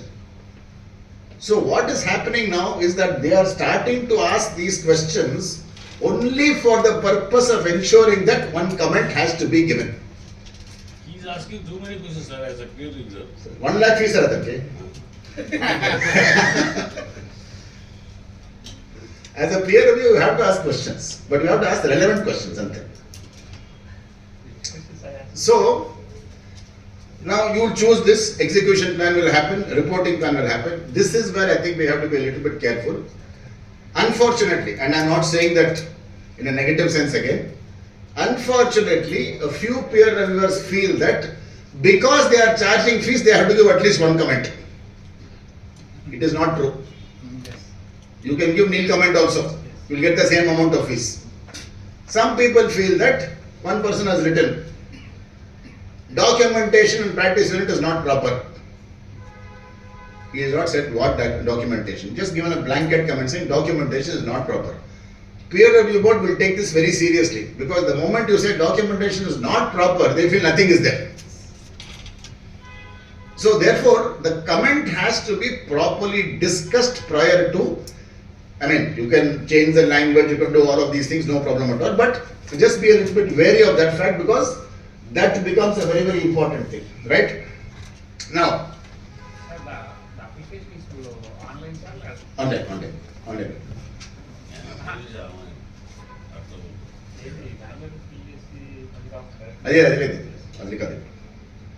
So less than 5 crore, minimum sample size is 10 files. Sample selection, 15 files, if they have got 15 files. If they don't have 15 files, obviously it will be reduced here, but as I said, it will probably be a little bit more, spread over a few other, practice units also. So, what should you do when you do a peer review? These are things which become very, very important. Policies to ensure staff maintain independence, objectivity and integrity across all assignments. No comments. Professional skills and standards. All of you are coming here only because of that purpose. So there's no problem as far as that is concerned. The firm should be having a proper system of professional skill and standards, especially in a CA firm, all the more important. Now that the over-dependence on articles is there, so they should have a proper system of updating themselves. We are lucky, sir. No articles for us. Anything, sir? My office only one. Earlier 11. So Some after offices zero. this Many of them COVID, are zero. incoming students are come down. Chala. So there are two problems in article clerks, let me be frank. One is the quantity, second is quality also. Both are a problem. Even in Bangalore we are facing this problem. Out of 10 article clerks, probably 2 will be worth the effort. The remaining 2 will be there only for the numbers. In the entrance notice board, at least 50 members are fixed requirement of articles. No, sir, you are there? No, I thought sir said no articles because you are only paid assistants, I thought. One article. Students are interested in Bangalore. Students are interested in Most Bangalore. of Right, the that is girl true. students from Vijayawada coming to Bangalore. Not only from Vijayawada, sir, everybody is coming to Bangalore now. We'll have to come out of Bangalore now, I think. Guardians. I always keep telling them, 80% of Kerala is in Gulf. 20% is in Bangalore. Who is in Kerala? There is nobody. Article clerks, 80% of the people are in Gulf, 20% are in Bangalore. So nobody is there in Kerala at all. So for the practice unit, this professional updation skills, these become very, very important. And one very important factor I want to tell you all is that outside consultation. Today we are in a situation wherein we have got so many legislations. You know, Digital Data Protection Act. Institute does one thing, immediately they start one course. AI course. Hey, level 2 also. Level 2, level 3, level 4. Until that course also will become AI course, I think. That will also be driven by AI. What is digital data protection? I do not know. I have not read it. Correct? So many legislations are there. One CA firm on their own, especially in a complex audit, may not be able to have the resources to do that. Unless you have. I'll give you an example of it, unless you have. Multidisciplinary partnership. Unless you have people inside the office. I'll give you a small example. Bangalore for CA firm. I shall not name the firm. They are specialists in tenders, applying for tenders. Government tenders for whatever, inter audit, whatever it may be. They are specialists in the tenders. And that firm has got a very clear policy. Any tender, doesn't matter what it is. GST implementation, internal audit, statutory audit, whatever tender is. Their fees is 99,000 rupees inclusive of GST. Doesn't matter what the tender is. Fixed price value. 99,000 rupees inclusive of GST. Inclusive. HMT wanted to go for Ind AS conversion. I'm talking about 4 or 5 years back. They wanted to go because they are coming in this threshold. They wanted to go for Ind AS implementation. Being a PSU, they had to go for tender. All the PSUs, they have got one policy in tender, L1. EY quoted 30 lakhs. Some other firms quoted 7.5 lakhs. Some firms quoted 12 lakhs. The CFO I knew very, very well. He asked me, will you quote? I told him, because I know you well, I don't want to quote because independence will be compromised. I don't want to quote. I'll help you in any manner you want. This firm quoted 99,000 rupees inclusive of GST. And they had L1. So CFO called me and told me that, Mohan, this is what has happened. I have to give it. I told him, boss, think about it.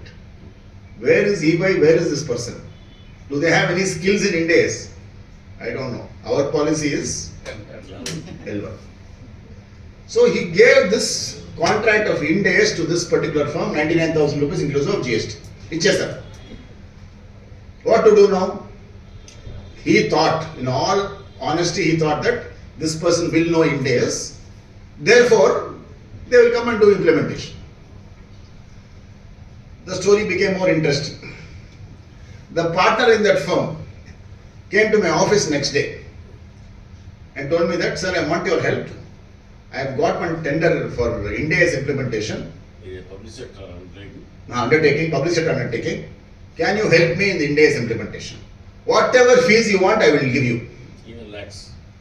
Yeah, what? And the last chapter, whatever fees you want, I will give you. Then I asked him, which is this? He said, HMT. Then I told him, I see, okay. Then I said, how many people you have got for India's? Sir, we only got the contract. I have nobody who does India's. You should help me. Now my position became even more difficult now. I know the CFO of the company. I know how much he has given the order for. I know this firm has come and approached me. They have zero experience in India's. Effectively, I should do India's implementation because they've got nobody. So anyway, he went away. I told him I'll get back to you in a couple of days. Then I called up the CFO and told him, boss, you have a problem here because this person approached me. He is prepared to pay me the fees, but he has no knowledge of Indians. Please remember that. He said, what do I do now? I told him, if you re-tender, again he'll go 99,000 rupees. You still will go with L1. So don't re-tender. You do one thing, you call for a training program. Let him train you on Indians. Then you know that he doesn't know Indians, you can give it to somebody else or give it to the next person who got or something.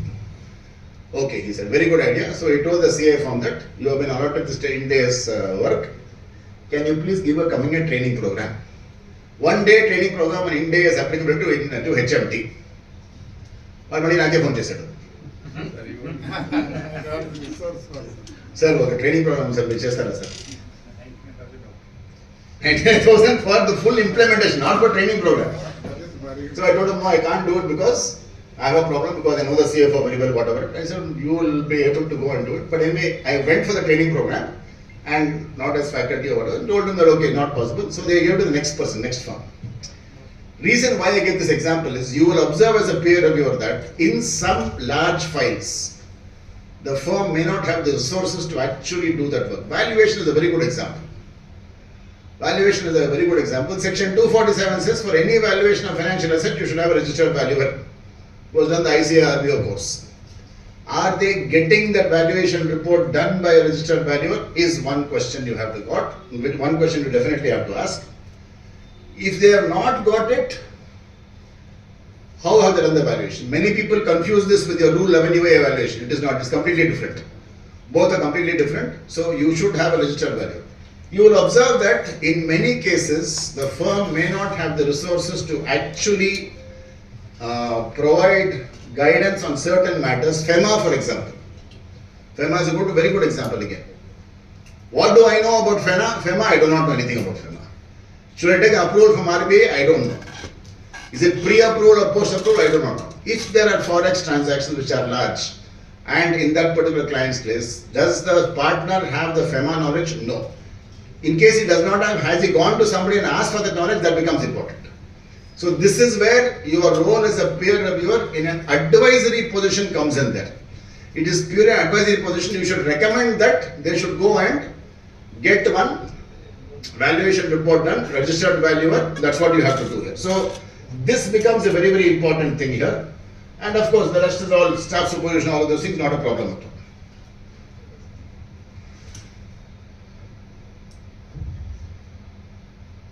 I think I went a little bit ahead, so. Okay, so compliance approach, and you have got two approaches. One is when internal controls appear sound and well implemented, whether controls are effectively working or not. Nowadays you've got a lot of softwares available in the market also, wherein you can implement those softwares as a part of the, many firms do that also. But I think what is more important is that when you feel that there are some deficiencies, and there will be some deficiencies, you will notice that the substantive approach may have to be taken.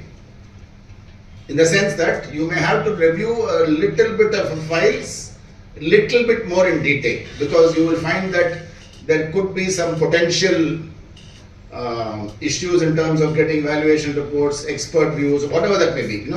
Those will become very, very important here.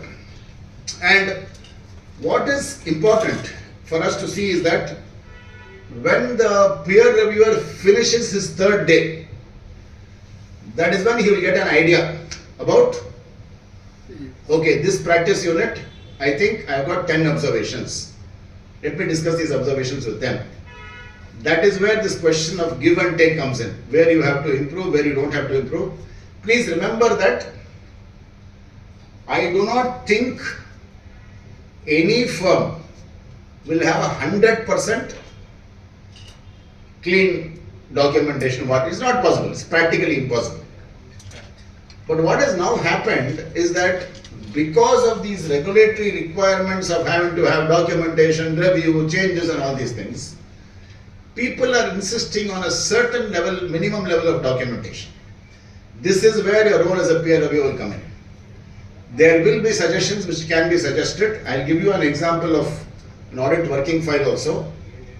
You will see what is to be done there. We all know for a fact that, especially in today's world, what is very important?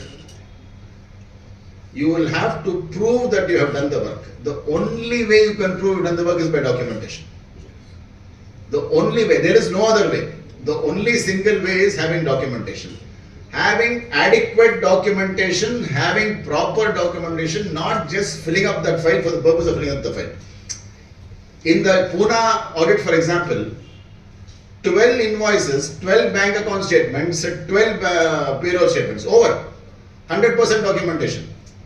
It was there, but it may not, many of us may not have that, luxury of having this. So, this is where the advisory as a peer reviewer comes in. You should tell them what has to be done. Please do this.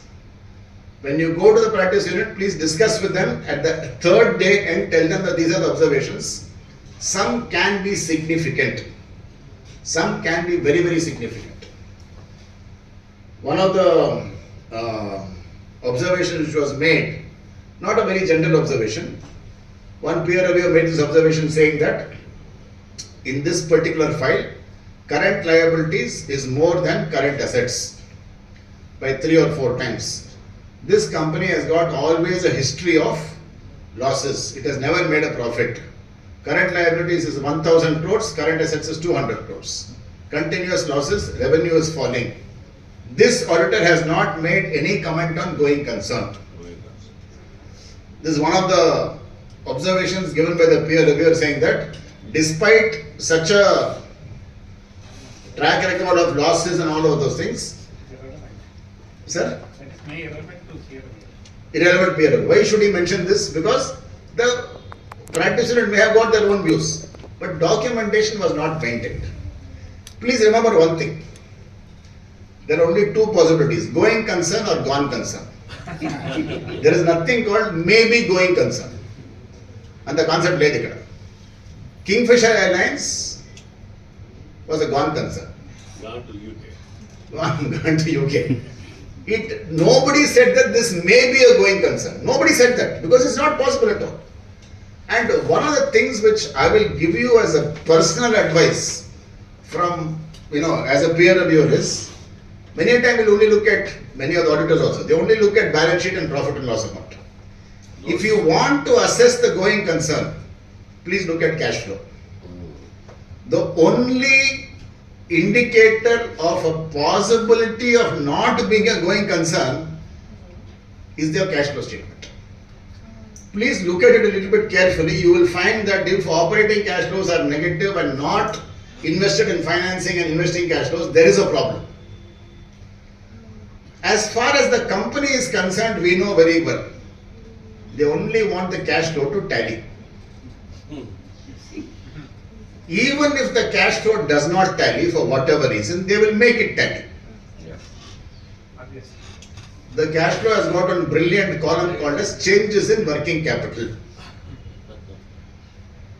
The cash flow has got something called as changes in working capital. Trade receivables, previous year, current year. You will observe in many companies that the CFO has got a reconciliation for cash flow differences. Last year I adjusted 1 crore in trade receivables. This year I will make it more. There is a proper reconciliation for that also.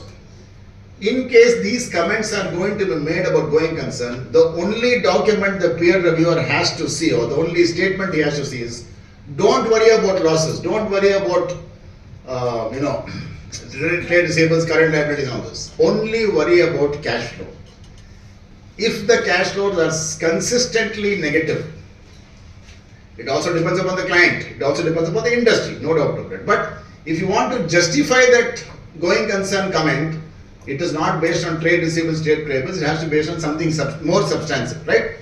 Also, why has that assessment of going concern not been documented? That is your job as a peer review. You cannot say that it is not going to be a going concern.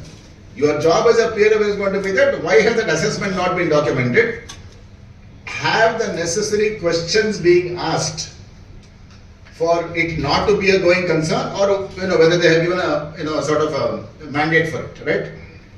Okay, I told you also about the AQMM. Only a couple of things on AQMM I'll tell you all. There is a pretty detailed questionnaire which has got a lot of this thing here. I'm going to completely omit the HR part.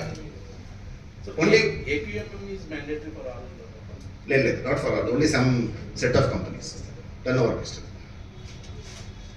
Though they are saying you can go for it voluntarily, but don't do it voluntarily. Because then you'll always score full marks only. You'll feel like getting full marks only. Only thing I say on HR is, please train the article clerks at least once in a month. When I am saying training, today unfortunately we have come to a situation wherein article clerks feel that Google is more important than Companies Act. Or now Chat GPT. Not only articles, sir, in auditors. Or even auditors also feel that. I told you that sometimes it is always ideal to go back to the source document, not Chat GPT.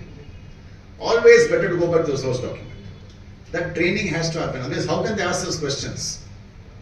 They cannot ask those questions. Please remember, you as a partner, you may not be in the audit for a very long time. The practice unit are going to, partner may not be in the audit for a long time. Many times this question also happens. NFRA went to an auditor in Hyderabad. I told you, what is the only objective of NFRA? To find mistakes. Big Four partner, EY partner, they went and said, please give me all the number of hours you spent in the audit. One thing I appreciate about the Big Four, everything is there. Beautiful PowerPoint will be there, PDF document, different colors. When you have spent in the evening, it will come in red. Daytime it will come in blue. Chala baguntadi. It will be a brilliant document. NFRA saw this document and said, very good, you spent 48 hours in the audit. Fantastic, very nice. Then they said, okay, give me that daily breakup picture, daily breakup picture. Then suddenly NFRA, what is their job? To find a mistake. Audit committee meeting date, you spent only 45 minutes in the audit. Why? The partner called me and told me, Mohan, what do I respond? I told him, in audit committee date, what audit you can do? Audit is already over, no? Audit committee is only a meeting. You can't do any audit work there. I told him, please tell him that. I can't do it. Then NFRA said, okay, fine. We accept your, but please spend more time on audit committee date. He said, okay, I'll spend more time. What is there? You want me to spend more time? I'll spend, next time I'll make it 48 hours. That's all. Whatever it means. 3 hours additionally. This is the problem. So the training has to be appropriate. That is very important. And see, many a time what will happen, we tell article clerks in our office. Once we did this exercise, we told them, partner in present cheyali, mere present cheyali. They said, brilliant idea, sir. Very good, sir. Very good idea, sir. What do you want to present on? They asked us. Do auditing standards. Bad mistake. Article clerks giving presentation to partners on auditing standards. We said, okay, try Jason. We'll see what happened. They put up the auditing standard and read it. That was not a presentation. They just put the auditing standard and read it. That's all. That I could also have done. But any example, any one example from the standard, no, nothing was there. So that concept, so the fear is always going to be that how can they ask a question when they themselves are not sure? Why are they not sure? Because they have not been trained on it. So that training is very, very important that you would do for HR pattern. One of the things which is important, I'm sure that all of you in Vijayawada will be doing this very, very well, is talking about the IT part of it. Information technology. I'm not saying you should have AI and all those things, right? Excel is still good enough. Excel is more than enough now, but are you using, for example, official email ID? Not using gmail.com. These are a few things which they are talking about in the AQMM. If you have got a small firm also, does not matter, have your official email ID, or better still, use ICA.org. That also you can do. You can use ICA.org. So one of the suggestions they are given is, please try to use your official email ID to the extent possible, because these things obviously matter. Code of ethics, I will not talk about much because I am sure that all of you are following the code of ethics. None of you are violating code of ethics. In 1989, when I qualified, code of ethics was about 80 pages. The entire code of ethics was 80 pages. Today it is 3 volumes. They have got case laws under. It has become a Sampradayingar's income tax now, code of ethics. 3 volumes, different volumes, and if you start looking at those 3 volumes as a CA, you will be wondering whether you will do something or not. Who is going to understand that code of ethics? But those old principles still stay good. That is very clear. All that independence and all the things are still very much there. They are saying that has the practice unit followed the code of ethics? Now here, it becomes a little bit problematical. I'll tell you why. Vinay will tell you later in the afternoon about SQC1. There are some things about partner rotation and all those things, how you have to maintain a certain amount of quality and all those things. We all know this very well. In the code of ethics, according to me, there is only one thing which is very, very relevant for all of us, especially in a place like Vijayawada. They use something called as threat of familiarity. For any chartered accountant in practice, any audit firm in practice, threat of familiarity is the biggest threat. What is threat of familiarity? I know the client very well. Let me rephrase the question. I think I know the client very well. On the other side, the client thinks that he knows the auditor very well. Both may not be true. Both may be true, may not be true. What does this threat of familiarity actually give you a situation is that in case there is any problem in the client's place, he will tell you upfront. You also feel that you are expecting the client to tell you all his problems because threat of familiarity is there. Many firms will have this practice of saying that after end of 3 years in audit partner will change. They have a policy. They will say that end of 3 years tarvata, I'll get a new audit partner, he'll sign the balance sheet. This may be in their policy, but the threat of familiarity will come in the way. The client will say that, sir, why you have that policy, sir? We are so comfortable with you. Again, if you come there to teach him everything, you only continue. And there is a comfort, compromise of Compromise, independence can be there. So that's why I'm saying the threat of familiarity will always be a threat we have to look at very carefully. If they have got a policy, they have to follow the policy. There is no two ways about it. That's where again, you will have to put your foot down as a peer reviewer and say that you have to do this thing here. And disciplinary cases. I'm sure that nobody in this room has got any DC notice or DC case pending against them. But DC cases can be very, very interesting. DC cases can be very, very interesting. 1969 or 1970, I think. 1970. There was one chartered accountant in Ahmedabad. His name was Patel. Like 50% of Ahmedabad name is Patel. He was practicing in Ahmedabad. He wrote one book, How to Convert Black Money to White. Book. Before Money Laundering Act came. Before Money Laundering Act came. 1970s, How to Convert Black Money to White. Black to white. Imagine, Gujarat business community book is there saying how to convert black money to white. You can imagine what happened. Became a big hit. 1975, he brought a Gujarati version also. Multi-language now. 1980, somebody told institute, sir, on Patel is writing a book like this. Is it not professional misconduct? Member child account writing like this.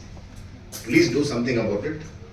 So institute DC sent one notice to him saying that, Mr. Patel, I believe you have written a book called How to Convert Black Money to White. I think this is a professional misconduct. Please come for a hearing. 1970 book వచ్చింది, 1980 notice వచ్చింది. Mr. Patel ignored both, not the book, the notice FC. He said, oh, what institute and it doesn't matter. I'll always call up Jayant and ask him to hand it, no problem. He ignored it. Institute also ignored it. No response came, they also forgot it. Please remember the date. 1970 book, 1982 notices came, ignored. 2001, 31 years after the book was published, suddenly someone woke up in the council and said that I'll clear all the pending cases.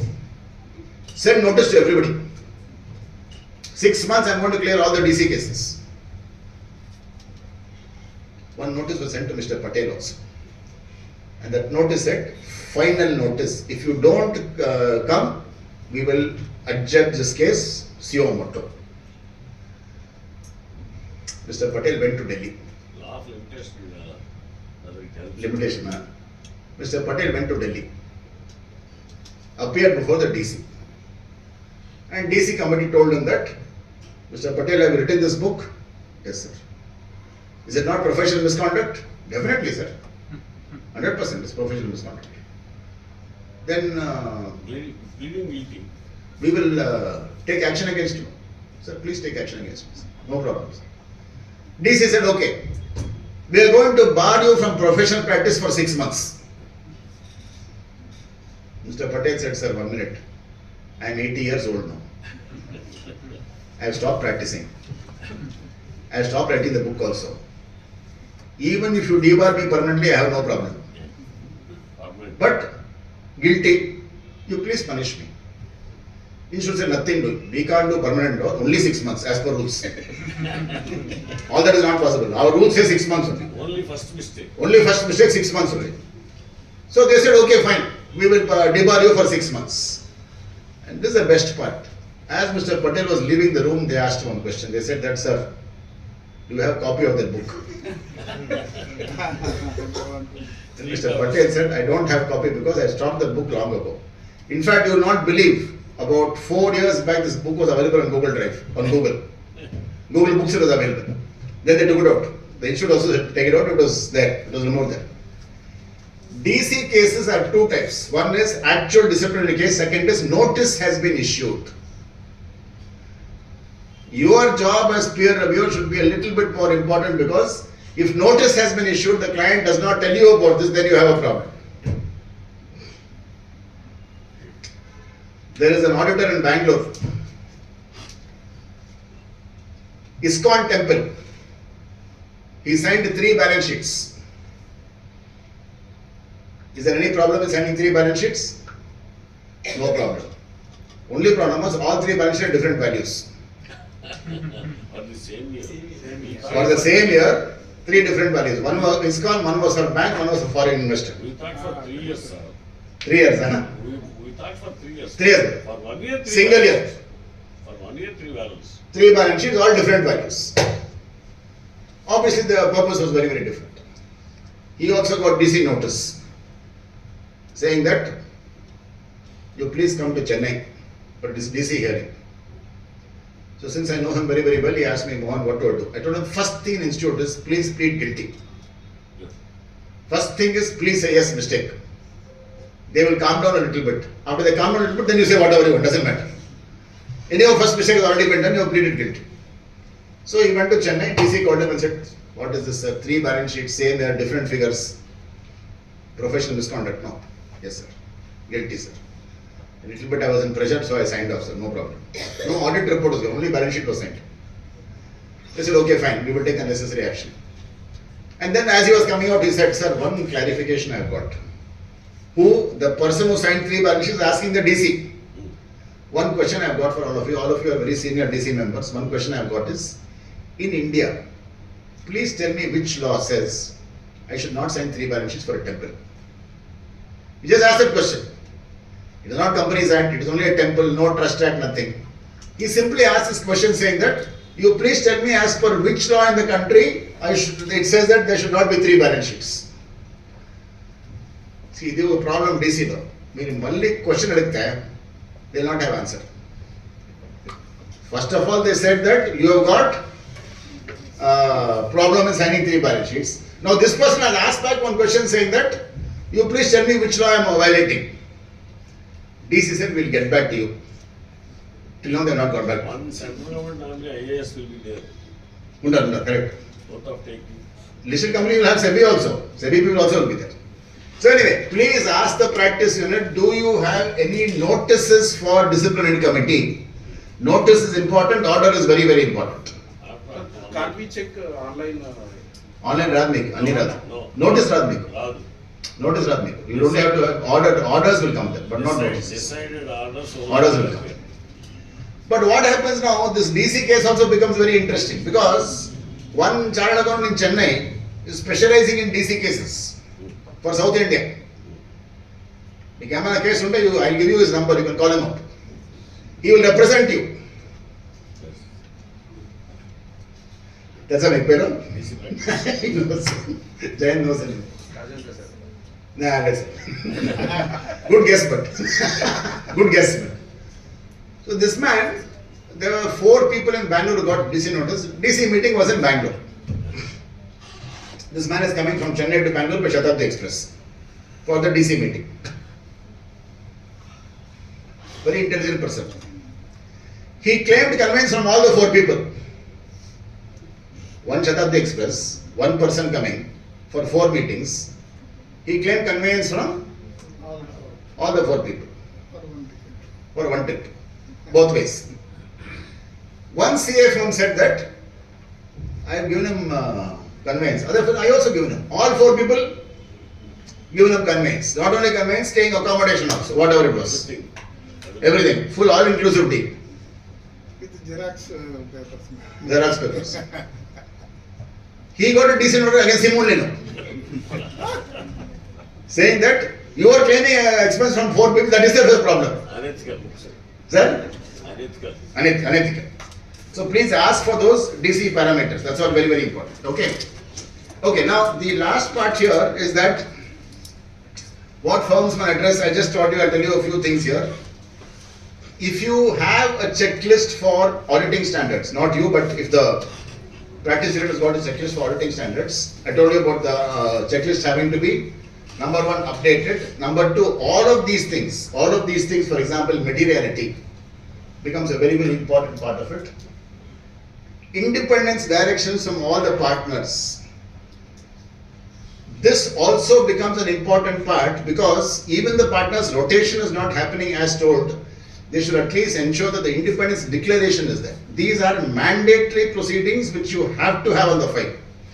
They should have a declaration, they should have a document that says that I am now independent of this firm and we don't have this particular thing which is in a conflict with any of the guidance given by the institute.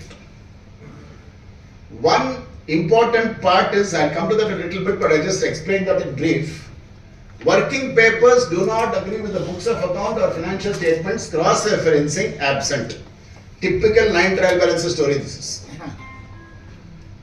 This is exactly what they have observed here. Wherein, you have got an audit file has got financial statements, audit file has got working papers, audit file has got audit observations, but somehow the cross-referencing has not happened. One thing which all of you all should definitely look at in the practice units papers is this thing called as, what is called as cross-referencing. Audit which will normally take, let us say, about 45 to 50 days in a normal time. Documentation will have to happen simultaneously. It will obviously have to happen simultaneously. But what is very important is cross-referencing the documentation. The moment you start cross-referencing it, what happens is that immediately there's a system of wherein you know that only the latest papers have to be kept there, not the old ones. So therefore, many places they have found that the documentation cross-referencing is not there.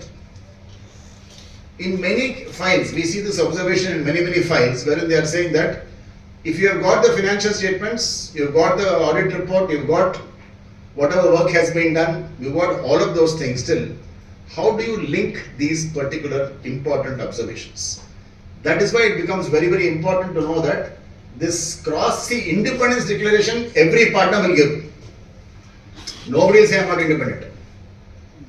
But that's a document which has to be maintained on the file. You have to ensure that the moment they are signing it, they become responsible to say that you are documenting this particular independence question. This independence, see independence, we all know this very well.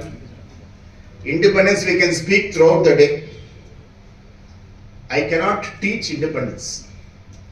Independence is only going to come by habit. It's a state of mind. It cannot be taught. Institute says professional skepticism and all those things. All that is very good. But independence also means that you should be independent when the decision making time is coming. Institute says you'll be independent throughout. We'll be independent throughout only. What happens? When does your independence come into question? Not by giving the declaration. When that important event comes into play wherein you are having to take a decision. Qualification has to be put in the audit report. You are telling the client that, sir, chala problem indi, I will have to qualify it because it's not as per SA 700, I will have to qualify it. You have gone to the extent of even telling the client that qualification is going to come. You also showed him what the draft qualification is. And he says, sir, next year definitely will rectify this. This year you please leave it, don't worry about it. Next year I definitely rectify it. Little bit fees I will increase and give you. This is where independence comes into question. It is very easy for me to say, standing on the stage here, be independent.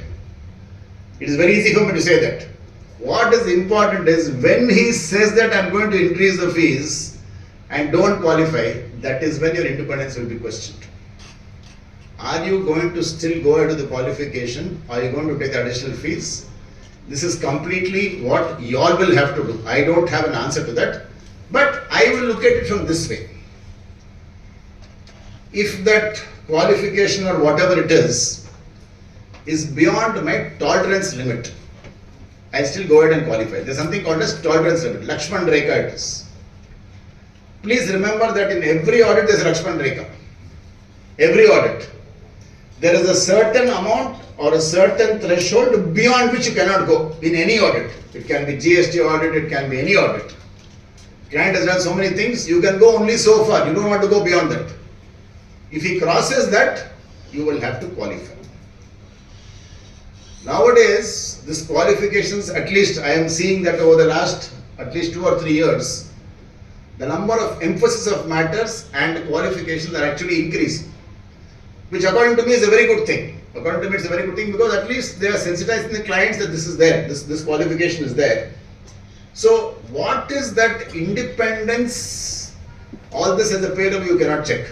All you can check is, in case he has not qualified it, does he have a justification for it? In case he has qualified it, does he have documentation for it? What is that fallback mechanism by which he is choosing all of this? So this will be a very important part of what you all are checking as a peer reviewer. Audit conclusions becomes a very important part. Audit reports are nowadays running into 5 or 6 pages, all of you know that. But Institute has given us enough of guidance saying that in case you want to say anything in the audit report, you can, there's enough and more paragraphs. You've got qualification, you've got key audit matters, you've got other matter, you've got emphasis of matter. If you want to say anything, there are more and enough and more paragraphs in the audit report for you to say it. The only question is, are you going to say it or not? That is where independence comes into question. So that as a peer reviewer, one of the very important things you have to see is that, has that audit conclusion been correctly drawn? Please do not give them your opinion. Nobody wants your opinion. Your only job as a peer reviewer is to ensure whether their opinion is correct or not. I do not know, but in Karnataka, we've got a lot of this Karnataka state government undertakings. Not PSUs, but state government undertakings. You look at the audit report, one Karnataka Power Corporation, 20 qualifications in the audit report. 20 qualifications in the audit report. Auditor is saying that subject to the above, the financial statements are true and fair. I was wondering, 20 qualifications, he's still saying true and fair. Sir, 83 discounts are there. Last year, 40 kg qualifications, 40 qualifications. Having the effect of non-provision or inadequate provision of expenses, liabilities. If they are translated into figures, then you qualify, you have to quantify our. Correct. The profit declared would become a Loss. last figure of 4-digit figure. Abba. Crores. But the management threatened them, state PSU management, IAS, with dire consequences to CS, including our president's son is one of the discussion items, stating that we are going to report against you to disciplinary committee. Disability, huh? We told, my father is vice president of the institute, next to the state, you write to disciplinary committee. So anyway, same like what sir said, I know the auditor very, very well. Bangalore based auditor only. I told him, boss, 20 qualifications. As sir said, profit becomes loss. Why are you qualifying it? Why don't you just say disclaimer of opinion? Isn't that what we should do? You are saying everything is a problem. How many auditing ASs are there? Auditing standard, accounting standards are 29. 20 qualifications are there. So I told him we should give a disclaimer of opinion. So he said, Mohan, I agree with you. Next year, I'll 100% call you. You please tell the management also that there's going to be a disclaimer of opinion. I said, okay, fine, no problem. You tell me, I'll come, because there's no point in having 20 qualifications saying true and fair. Because next year, this year they did it. On Yes, sir. 9th September night, 11:50, all the 3 statutory audit firms at a time digital signed with qualifying. With qualifying, Not okay. disclaimer. Disclaimer of opinion. This is Correct. 24, this is 25 year. They made it. So same thing happened in KPC also, Karnataka government. So I went and told the MD saying that, sir, this is what the situation is. We will give a disclaimer of opinion. The CA firm will give a disclaimer of opinion because there is no point in repeating 20 qualifications. His response is, sir, we are very comfortable with qualifications, sir. How many of qualifications you want to give, sir? No problem, sir. But don't give disclaimer of opinion, sir. I told him, no, we can't do that because you just see that in spirit my 20 qualification and disclaimer of opinion only. So I am not going to make 20 qualifications, I want to give disclaimer of opinion. Anyway, audit report was given, disclaimer of opinion was given, went to Karnataka Power Corporation.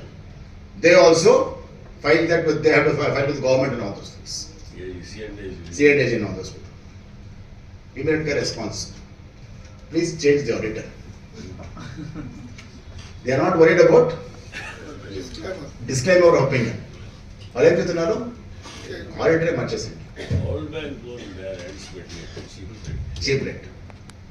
So that's why I'm saying that it becomes very important for you to see what exactly has been disposed of. Okay, what do you have to quickly, I tell you this because we are running a little bit short on time. I've already told you most of the things. So ICA guidance note. Auditing standards already చెప్పేశాను. Accounting standards already చెప్పేశాను. guidance note. What is a guidance note? Only for guidance, sir. Should I follow it? Only for guidance, sir. What happens if I don't follow it? Only for guidance, sir. Nothing happens. Institute brought out something called as AS7, accounting standard for construction contracts. POC method, all those things happen. Very, very small, simple standard, no problem. The only problem was that standard did not say when I should commence the POC method. It said POC method has to be followed, but it didn't tell me when do I commence it. Even today it's a big defect in the standard. They don't tell when do I commence it. So what institute did? They brought out guidance note on real estate contracts. And they said that 10% of the revenue has been booked, 25% of the construction has happened, you can commence POC method. Up to then you only recognize cost and revenue same times. No profit this thing. After some time what happened, the guidance note became more important than the accounting standard. People forgot AS7. People said we'll follow guidance note. Accounting policy as per guidance note given by Institute of Chartered Accountants of India. Nobody said AS7 at all.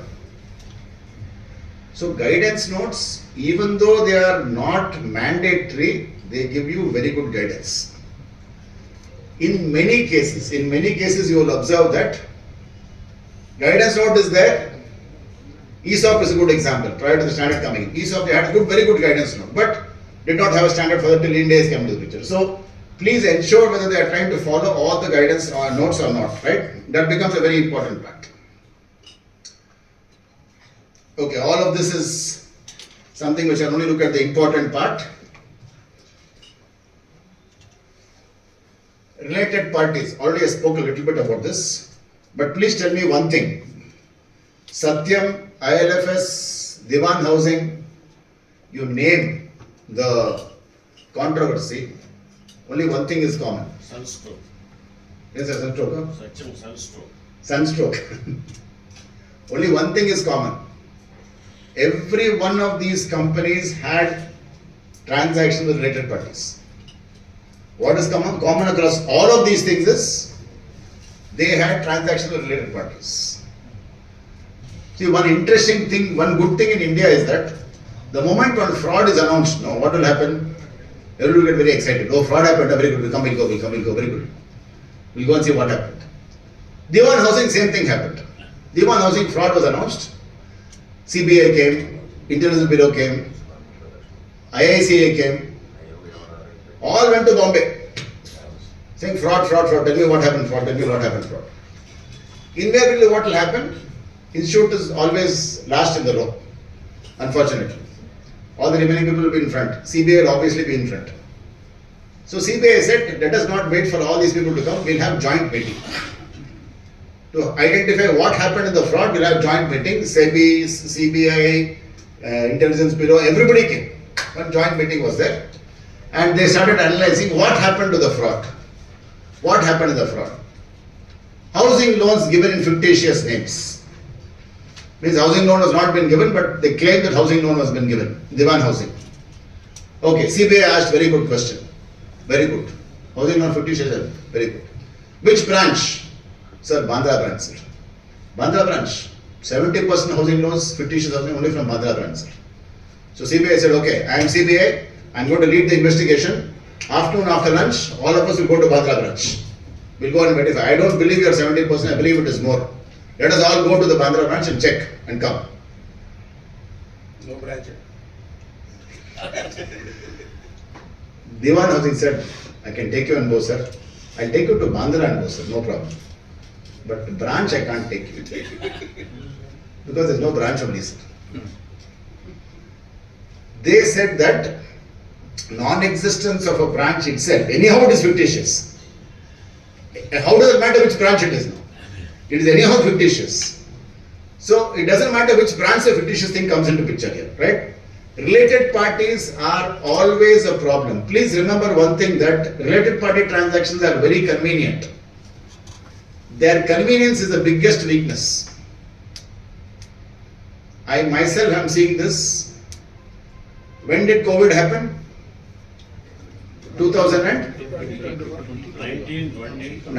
19, first lockdown it was 2019. 2020, okay. Continued up to 2021. 2020 lockdown, 25th of March, full country lockdown. Banks not working, companies not working, but some transactions had to happen. You didn't have a choice. You had to make payments, you had to make some loan repayment, whatever. All online was there at that time.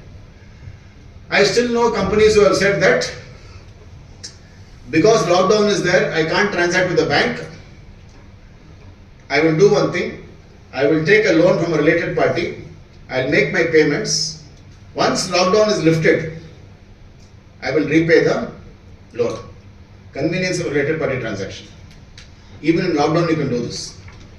They have taken 1 crore loan from related party, paid whomever they have to pay to, under the promise that once lockdown has been lifted, RP will be repaid. will be repaid. 25th of March 2026, just passed a few days back. It's still not been repaid. It is still there only. Convenience becomes the weakness of related party transactions. They are saying whenever convenient I'll pay. It's not convenient for them, obviously. Not on demand. Not on demand. So please be very careful with RPT transactions. It is not only about disclosure, it is also about identification of related party transactions. In fact, nowadays they are going one step further and saying that, is that transaction necessary in the first place? They are questioning even the necessity of the transaction. Please be a little bit careful about this thing here. I already told you about the going concern, so we will not talk about that. Internal audit. Very interesting place to be in. Internal audit. మీరు ఇప్పుడు internal audit reports చూస్తే మీరు they will say risk based internal audit.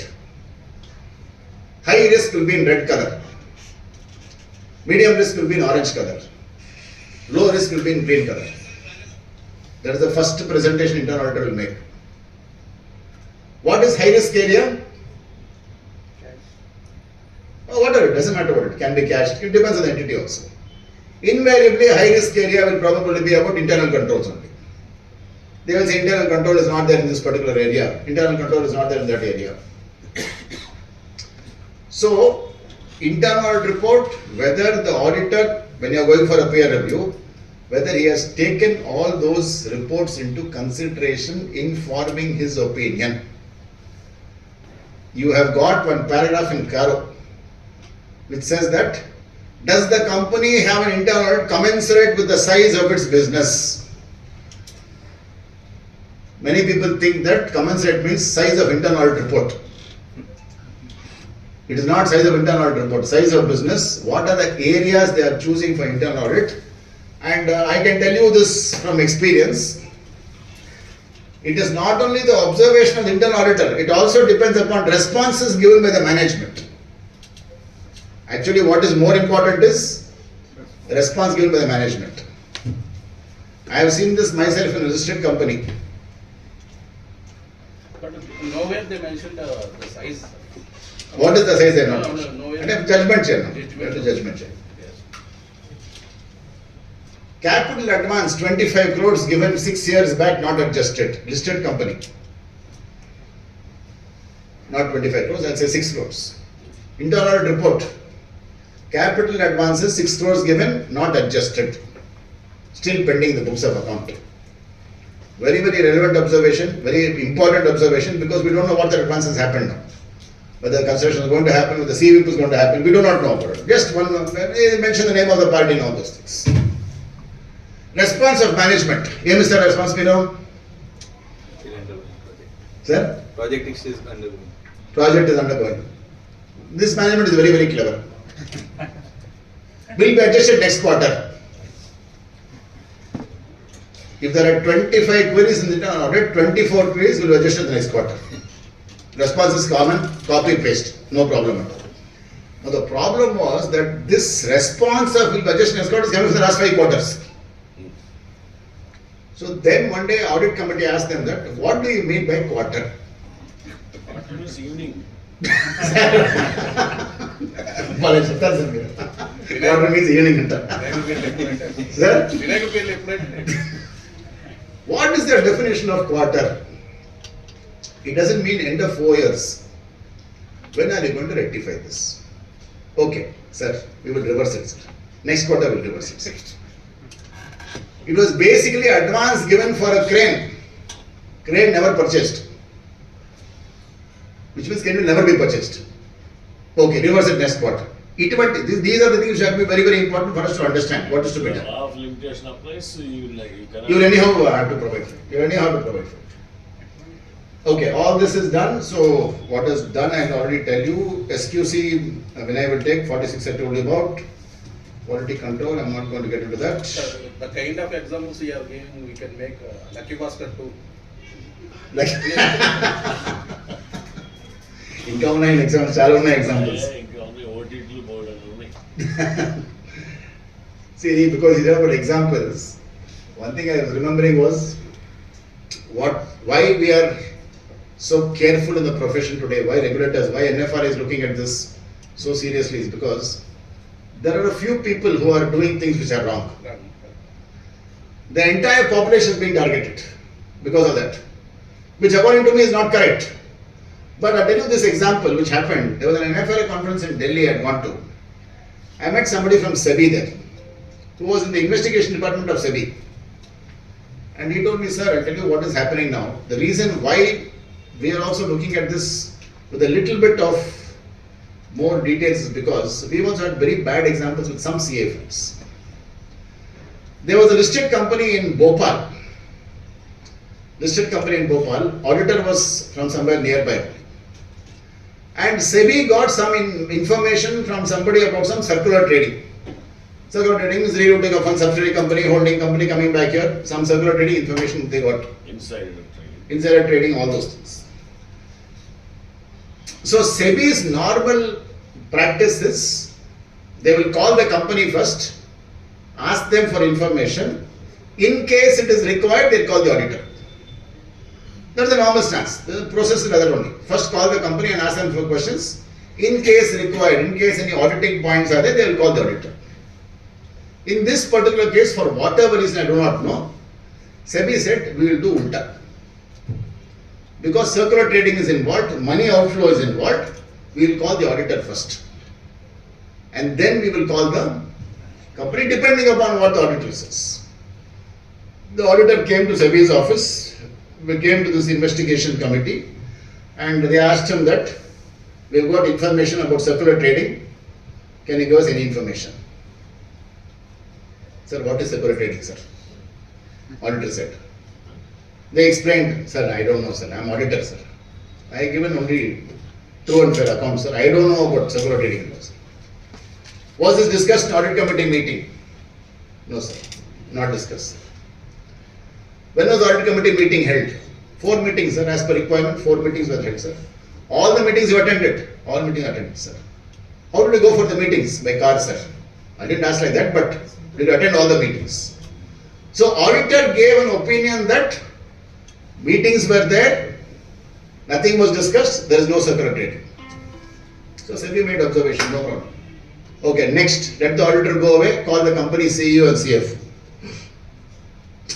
They said that we believe that circular trading has happened. Can you give me information? Which date, sir?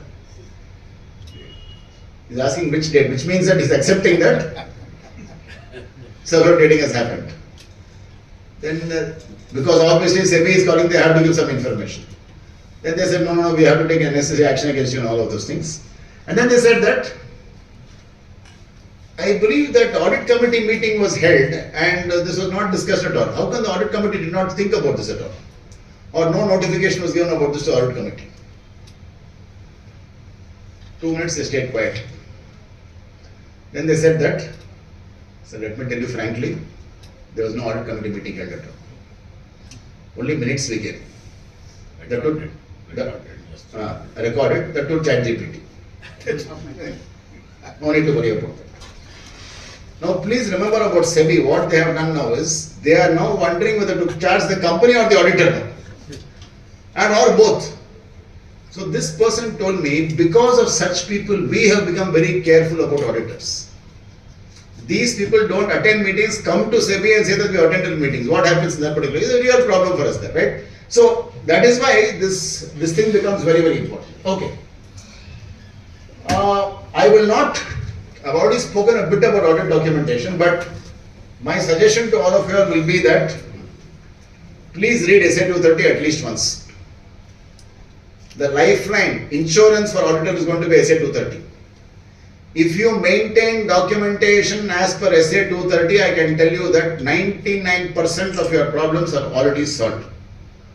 The only thing which can rescue us today is going to be your SA 230, which means that you should have timely preparation of audit documentation.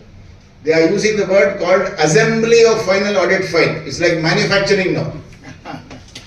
It is becoming assembly of final audit file. It's not building audit file. Assembly only it has become, because you will have various documents. How are you going to assemble them all? That itself is a process there. And documenting significant matters and judgments. I think this I will keep on emphasizing to every peer reviewer. Ensure that whatever the audit file contains or does not contain, there is a justification for what has been mentioned in the audit report. Even if there is a change in the paragraph of Caro, you should have a response as to why that paragraph has changed. Or they should have a particular documentation as to why that. See, the content doesn't matter. The numbers don't matter. But the reasoning or the reason why that paragraph has changed becomes very important. Please ensure that that conclusion is becoming very, very important.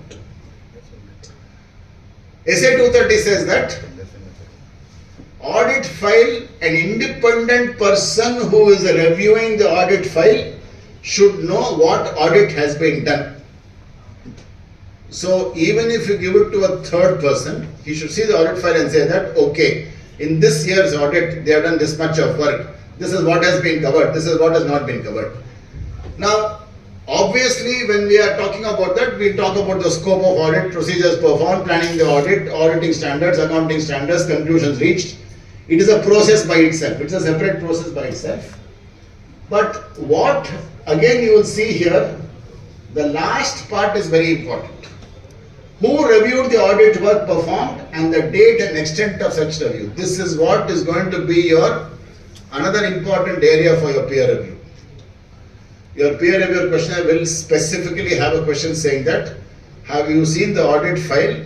Have you seen the audit documentation file? More importantly, has the audit documentation file been reviewed by somebody independently? Now this can have a problem, because you are going to say that in my firm there are only two partners. I am doing audit, my partner is doing GST. How can a GST partner review my audit file? This is a genuine problem which many will have, because he doesn't know anything about audit, right? There is no point in asking him to make him the reviewer. In one of the meetings, the institute has said that in case you are in this situation, please get it reviewed independently. You can get it done from an outside person. Ensure that the review is done, because please remember one thing, in an area as important as audit,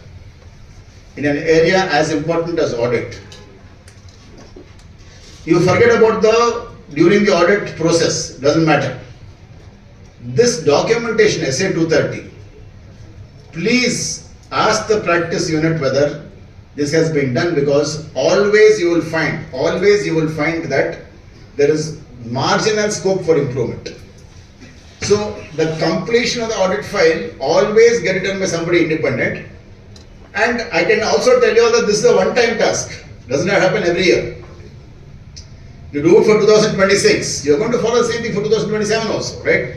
It's a one-time task. This is very, very important. And in fact, in your PRQ, peer review questionnaire, you are going to have this particular problem, wherein you are going to ask, has the review been done? If it has not been done, it should come to you as an advisory, from you as an advisory, saying that please get done independently. Don't ask the partner to sign it because he is there. That is what the institute is trying to say, that you should not be doing this only for the purpose of doing it, right? Within 2 months of the audit, your assembly of audit file should be complete. Nowadays, after NAFRA has come into picture, people are getting scared, they're doing it in the same day itself. They're not waiting for 2 weeks or 60 days, they don't want to do it the same day itself. This is not possible. It's not practicable also. That's why insurance is given 60 days. I will not go so far as saying wait for 60 days. In my opinion, 1 month after the audit file should be complete. Don't wait beyond a month, because 1 month itself is too long a time. 2 months, if you keep on going to the client's place, he will say, next year rotation of auditor is there. So don't get into that risk situation. 1 month, because there will always be something pending. There will always be something pending. So just ensure that it's done within 1 month. But anyway, Sir, exception SBA, they won't allow us is that, sir? after audit report release. SBI, yeah. Yes, statutory branch audit. Mm-hmm. Next day they won't offer me even an Correct, audit. correct. No, even company will not allow, sir. Even company will not allow. Very interesting, unfortunate thing happened in this third point, new documentation added after the file assembly. I should tell you all this because you will probably face this in the peer review you are going to do. They are saying that in case after 60 days you are changing the audit file, whatever reason you are changing the audit file, you should document the reasons for the change, who has done the change and why the change was occasioned. To monitor. Sir? Monitoring is important. Monitoring is important. Very, very rare situation, but very unfortunate thing happening with this clause. Cafe Coffee Day auditor, NFRA did the audit observation. They sent a notice to NFRA. Sorry, they sent a notice to the auditor saying that we believe as auditor of Cafe Coffee Day, we want to do an inspection of your audit file. Now, normally when you get NFRA notice, we know that we'll be a little bit careful. So what this auditor did, she went and started changing some audit files. Said, okay, NFRA may ask for this documentation and add this documentation. Excel sheet also she changed. She added some more Excel sheet, sampling, materiality, whatever, blah, blah. NFRA said that you are tampering with audit evidence. They said you can add more documentation, you can fill in the documentation, say why you are doing this change. Excel sheet you cannot change. If you have changed materiality principle, that means you are doing this after the audit has been over. That means tampering with audit evidence. That is why this 30-day rule becomes even more important. Ensure that it is completed in 30 days so that you ensure that this thing. How do you defend the audit? I am using the word called as defend the audit.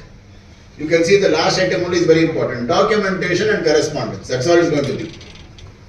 Keep on documenting, keep on corresponding, right? You have to ensure, I am talking to again as peer reviewers, that the audit file which is given to you, SA 230 is an important part, very important part, no doubt about it, but you should ensure that the contents of that audit file, the auditor is able to defend whatever he has done. And nowadays, of course, as I have told you earlier also, what is normally missing in audit files?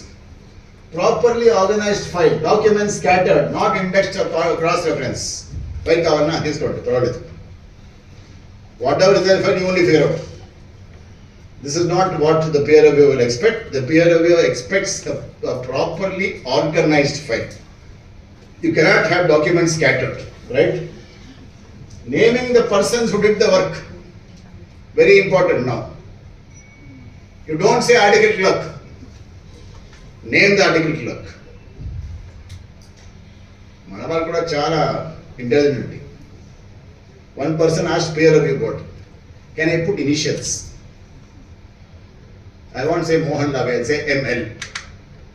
Can I put initials for people who did the audit work? Peer review board first thought to say yes. Then they thought better, they said they can put any initial he can put. How do we know actual name is there? So he said, no, you can't put initial, you have to put actual name also, right? All of it is the same here. Audit closure document, all of this I have told you. Okay, the next important question which comes up is, and I think this discussion we can have endlessly, is the auditor responsible for fraud? All of you are going to say no. Answer is correct only. If an auditor starts looking after fraud, then audit will never end. 60 days documentation also will not happen. Peer review also will not happen. the responsibility of the auditor is 100% not to detect a fraud. However, in case there are any indications of any issue which could lead to a possible fraud, you are supposed to highlight them. You are not going to check for fraud. Please remember, I can tell all of you all that every fraud which has been discovered has only been a post-mortem. There have been very few frauds which have been discovered during the course of the fraud being perpetrated. Impossible actually to check that. Punjab National Bank, the forex remittance fraud, even today it's a case study which is being discussed. Very interesting situation was there. Every afternoon on about 2 days in a week, Punjab National Bank Connaught Circus branch, there used to be a remittance from this client's account in Punjab National Bank to a bank in Singapore. Bank in Singapore, there used to be a forex remittance. That bank in Singapore account number was 1305 100 100. 1305 100 100. Every week, 2 transactions used to happen. 100 crores, 25 crores, 50, whatever the amount was. Punjab National Bank had concurrent auditors. The concurrent auditor's job was that day's transaction they'll verify and say okay. That is their only job. They had branch auditors, they had inspection auditors, they had Punjab, they had all. RBI inspection. RBI inspection, concurrent auditors. Their only job was to bless the transaction for that day. 18th of July 2017, 1301 100 100. 25 crores was transferred. Punjab National Bank auditor said, okay, normal account, 3 years have been seeing it, accept it, no problem. 19th of July, 2:45 p.m., same time, 1301 001 100. 50 crores transferred. What happened here? 100 became 001. Small change in the account number was not noticed by the concurrent auditor because he was so used to seeing these same figures that he did not see that account number has changed from 100 to 001. He said, okay, 25 crores passed. Like that, 3 transactions happened to 250 crores. 250 crores transferred to Singapore branch from Punjab National Bank, gone to wrong account number according to us. This auditor did not see it at all. Because he was seeing the same amounts almost every day, almost same account number. I am not defending him, but swap in account numbers he could not catch. This went to a bank called as Royal Bank of Scotland in Singapore. Royal Bank of Scotland had their own auditors. Those people said that new account has been opened, remittances coming from India, only for information. They then found out that this new account is actually an account which did not have to get that money, traced back the transaction, and the entire thing after that became a problem. This is how it was discovered. But let me ask all of you this question, and any of you can answer honestly. Put yourself in the same position as the concurrent auditor. Would you have noticed this? I don't think so. I can't blame him because it is not even, he did not go with an intention to check that. That's not his intention to check that fraud, right? But having seen it now, he became even more vigilant. So he said that any new account which has been opened, what happened at IDFC Bank? New account opened, Haryana government, new account to try this thing here. So there are indicators, sir. 590 crores. 590 crores. There are indicators. If you feel those indicators can turn into a possible problem, I'm not even going to use the word fraud.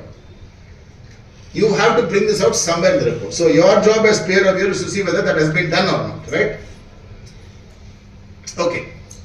So you see some of the discussions which have been given, some of the observations which have been given.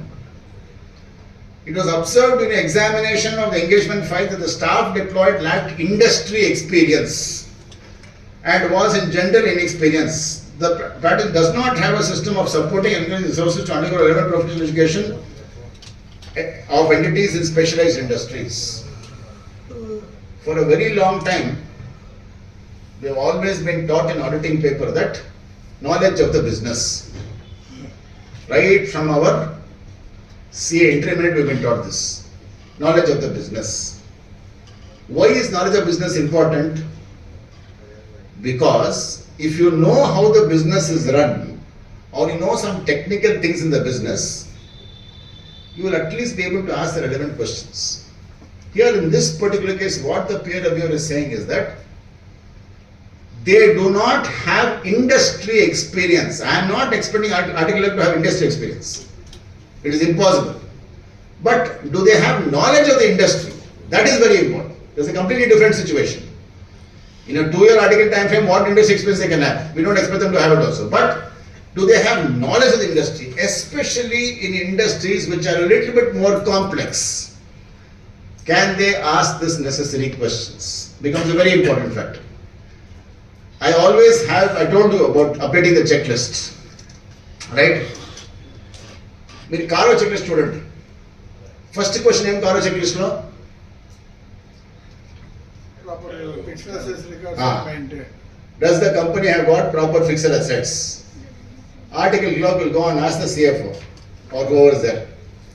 The answer. Sir, do you have proper fixed asset register? He'll open his laptop and show a complicated Excel sheet, multicolored. Sir, they have a fixed asset register. She'll be very happy because beautiful document you saw. Has a physical verification been done and significant discrepancies have been noticed? One more Excel sheet. You done physical verification, madam? Laptops you have done. Everything is okay. Only one laptop is missing. That is with you, the auditor. Okay, so reconciliation also done. All these questions is asking by way of a checklist. Benami transactions. Are there any Benami properties held? Who is going to say yes? Even if it is held. Okay, Benami transaction also no. One question which is not there in the checklist, which is a mistake of the checklist itself or the Karo report itself. The fifth question there should be that, have these fixed assets been tested for impairment? That is not there. Because that question is not there, it will never be asked. If it is not asked, it will never be answered. So impairment, an important concept like impairment can get away. And Manaval Kuda, they are also trying to, MCA is always reacting only, correct? MCA is only reacting now. The last question in Karo checklist, Karo questionnaire. According to me, that should not be there at all.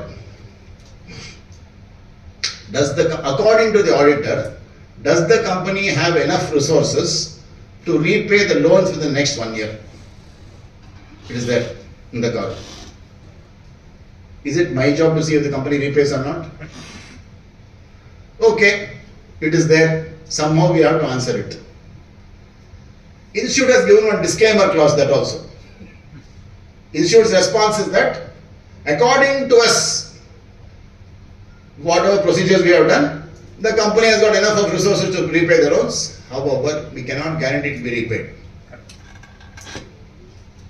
Now, if you are the person who is reading the audit report, you will come and ask the auditor one simple question: are they going to repay or not? You tell me, don't tell me both. You tell me simple question: are they going to repay or not? If yes, you tell yes. If no, you don't say no. So what will happen here? These comments become very, very significant, right? We know that from most of the paragraphs in Karo will probably come because of the previous year's numbers only, right? There will be some qualification there, some comment there and all those things. But again, this has to be very much updated, right? The PO's audit files lack evidence of how significant estimates and judgments were audited, or how the engagement teams reached the conclusion that the process adopted. Many a time what will happen is that, especially in India's, I won't bore you to the technical part of India's. India's is completely judgmental. Completely judgmental. You can do anything in India's. At least AS there was some regulations were there, some rules were there. In India's, you can do whatever you want. Valuations. Sir? All valuations. Valuation, fair value, whatever you want to get. Everything is judgmental in India's. In many cases, what will happen? The problem will come You have taken a particular judgment. The company has taken a particular judgment. You are going for peer review. Let us say your general knowledge practice is that this is not a normal thing. For example, I tell you, the real estate companies after India system, they got to complete contract method for whatever reason. The real estate companies are not doing POC method because of some withdrawal of guidance, not about it. So as a peer reviewer, you know that in a real estate industry, 90% are doing only completed contract method. The client, the practitioner you are going to, they are doing POC method. The moment you know this from general experience that they are doing POC method, all you have to do is that, I'll repeat this, you don't have to educate them what has to be the method. That is not your job at all. If they have chosen the POC method, do they have sufficient documentation to say or judgment as to why they have done it? In most of the cases, there will be an opinion which has been received. If they have got an opinion, you please ask for that opinion. That opinion has to be on record in the unit's file. Any of the judgments made, you will have to see it here. Because what will happen is that judgments can change every year. They can obviously change every year. So for that change, is there an adequate methodology, process, documentation, why it has been done? I'll give you another example for this. Companies Act. You know about the Companies Act? They have a schedule for useful lives. Estimated useful life. When the draft Companies Act came, before the Schedule 3 was actually enunciated or formalized, when the draft Companies Act came, they said that these are indicative useful lives. These are indicative useful lives. Draft bill only. Luckily, somebody in MCA said that indicative is a very dangerous word to give for Indian Chartered Accountants. Because what will they do? Indication. Just not guaranteed. They will first see what the net profit is, then do useful life. Possible, because indicative useful life I can change every year also. Yes. I can do that. They first said indicative useful life. Even in Vijayawada we see this very clearly. They put left indicator and go right. So very dangerous word to use for Indian chartered accountants. So today what they are saying is useful life will normally not be different. Complete change in wording. Which means that if I have to change my useful life, which is completely and only a judgment, it's only an estimated judgment. If I have to change my useful life, I should have a properly documented reason why I am changing my useful life. Dish TV is a good example. Dish TV said that as per Schedule 4, my useful life is 7 years. Set-top box, my useful life is 7 years. But Dish TV also saw that at the end of every 3 years, 90% of subscribers are either going to a new provider like Tata Sky or they are not continuing with Dish TV at all, which means that useful life is actually 3 years. So Dish TV said that in their financial statements, 90% of my customers are not getting set-top boxes renewed after 3 years, therefore useful life is only 3 years. Like that, those judgments have to be documented on the file. Commercial use life. Commercial useful life, all of these things can be done. You take for example, provision for bad and doubtful debts. Normally we know this, sir mentioned about law of limitations. After 3 years, we will make a provision. We will not do write-off. We will keep on waiting. Something we will think of. He will never come because he is not going to pay it off. But then, the moment you make one provision after 3 years, you are accepting the fact that there is a possibility that this amount is not going to come. Even though you are going to pay income tax and all that is very, very different, no problem at all. But still, the moment you are saying this is not going to come, you are accepting that judgment has been made and you will have to again see whether the provision is adequate or not. Bank audit, someone will probably talk to you about that, but still, in your PU's audit file, please ensure that, especially if it's an Ind AS client, Even if it's not an India's client, doesn't matter, but any significant judgments, change in fair value, revaluation, I can think of many things, inventory at NRV instead of at cost. Every possible area judgment is possible, estimate is possible. Your job as a peer reviewer is to see that whether it is documented adequately. In many cases, they will come back and tell you that, sir, I have not done this documentation, can I do it now? I am not saying you should say yes, I am not saying you should say no. But if they are prepared to rectify the documentation during your stay as a peer review, please accept it. Because unless it's new documentation which is being brought in, which you cannot accept obviously, if existing documentation is going to be improved, please accept it, don't say no for that. But if it's a completely new documentation, you may have to think twice about it because that will be another problem by itself, right? This is what I told you about earlier also. This is just given that he has said that in spite of this, there was no evidence that team is going concern was done. I already told you about this. I'm not going to discuss about this because is it really? It can be. It's possible. It's not a going concern. Anything is possible. But all you have to look at is don't pass your judgment. Whatever conclusion auditor has reached, is that conclusion satisfactory from the evidence which you have got? That's all you have to judge it. Okay, this I have already told you. Just to end with this, you please look at the categories here. Accounting standards, only 16 advisories. Problem with that. Schedule 3, 24 advisories. Again, no problem.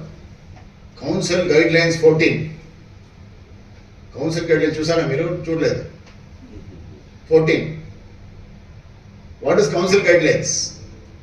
Administrative process of peer review not being followed, timelines and all those things.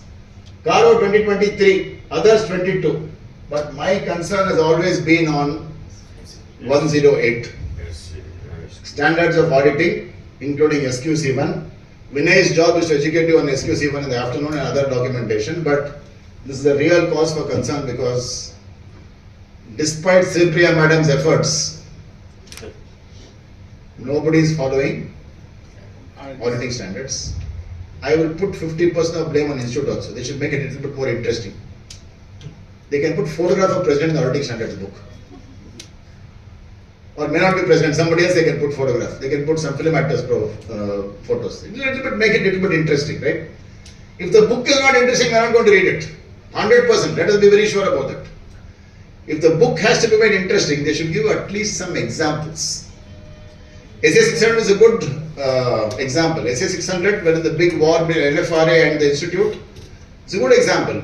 The foreign SA 600 has got practical examples of what can be actually exchanged between the auditor and the branch auditor and the competent auditor. But here we don't have it. I am also going to tell you all that since all of you are going to be peer reviewers, auditing standards is your captive area for suggestions. It's going to be a captive area for suggestions. Not many people follow it completely because of the number of auditing standards, number one. Second, the content of the auditing standards, number two. Third is even applicability. You look at related party transactions, SA 550. You got SEBI LODR, you got Companies Act, you got Accounting Standard AS 24. When all that is there, why should I follow auditing standard? There is an inbuilt perception that if there is multiple legislation, I am automatically coming to this also. May be true, may not be true, because disturbed related parties can be common. That's completely different. However, for the purpose of a peer review, what you should do is, even if the legislation is common or the topic is common, please ensure that the audit file of the practitioner you are going to mentions these separate and mentions about compliance separately. You cannot ignore SA 550 only because you are already doing it in the Companies Act or under the AS 24. You can't do that. It has to be separate notice there. So my only concern would be on the SA 108 observations, which is only going to increase. So please be a little bit careful about that area because many of the practice units may not have an adequate procedure for the compliance with the auditing standards. So thank you very much for a very patient hearing. Thank you.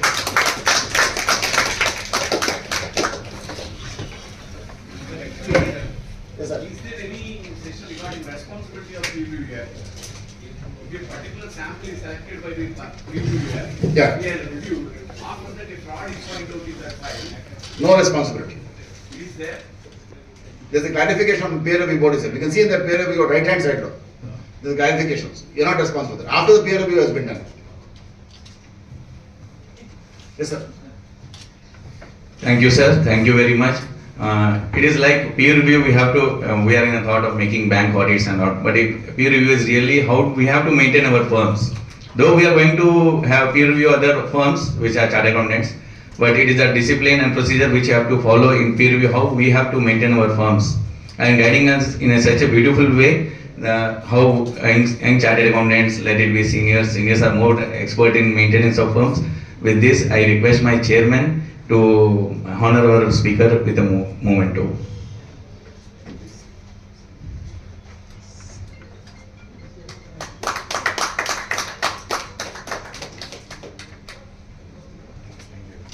Thank you once again, sir.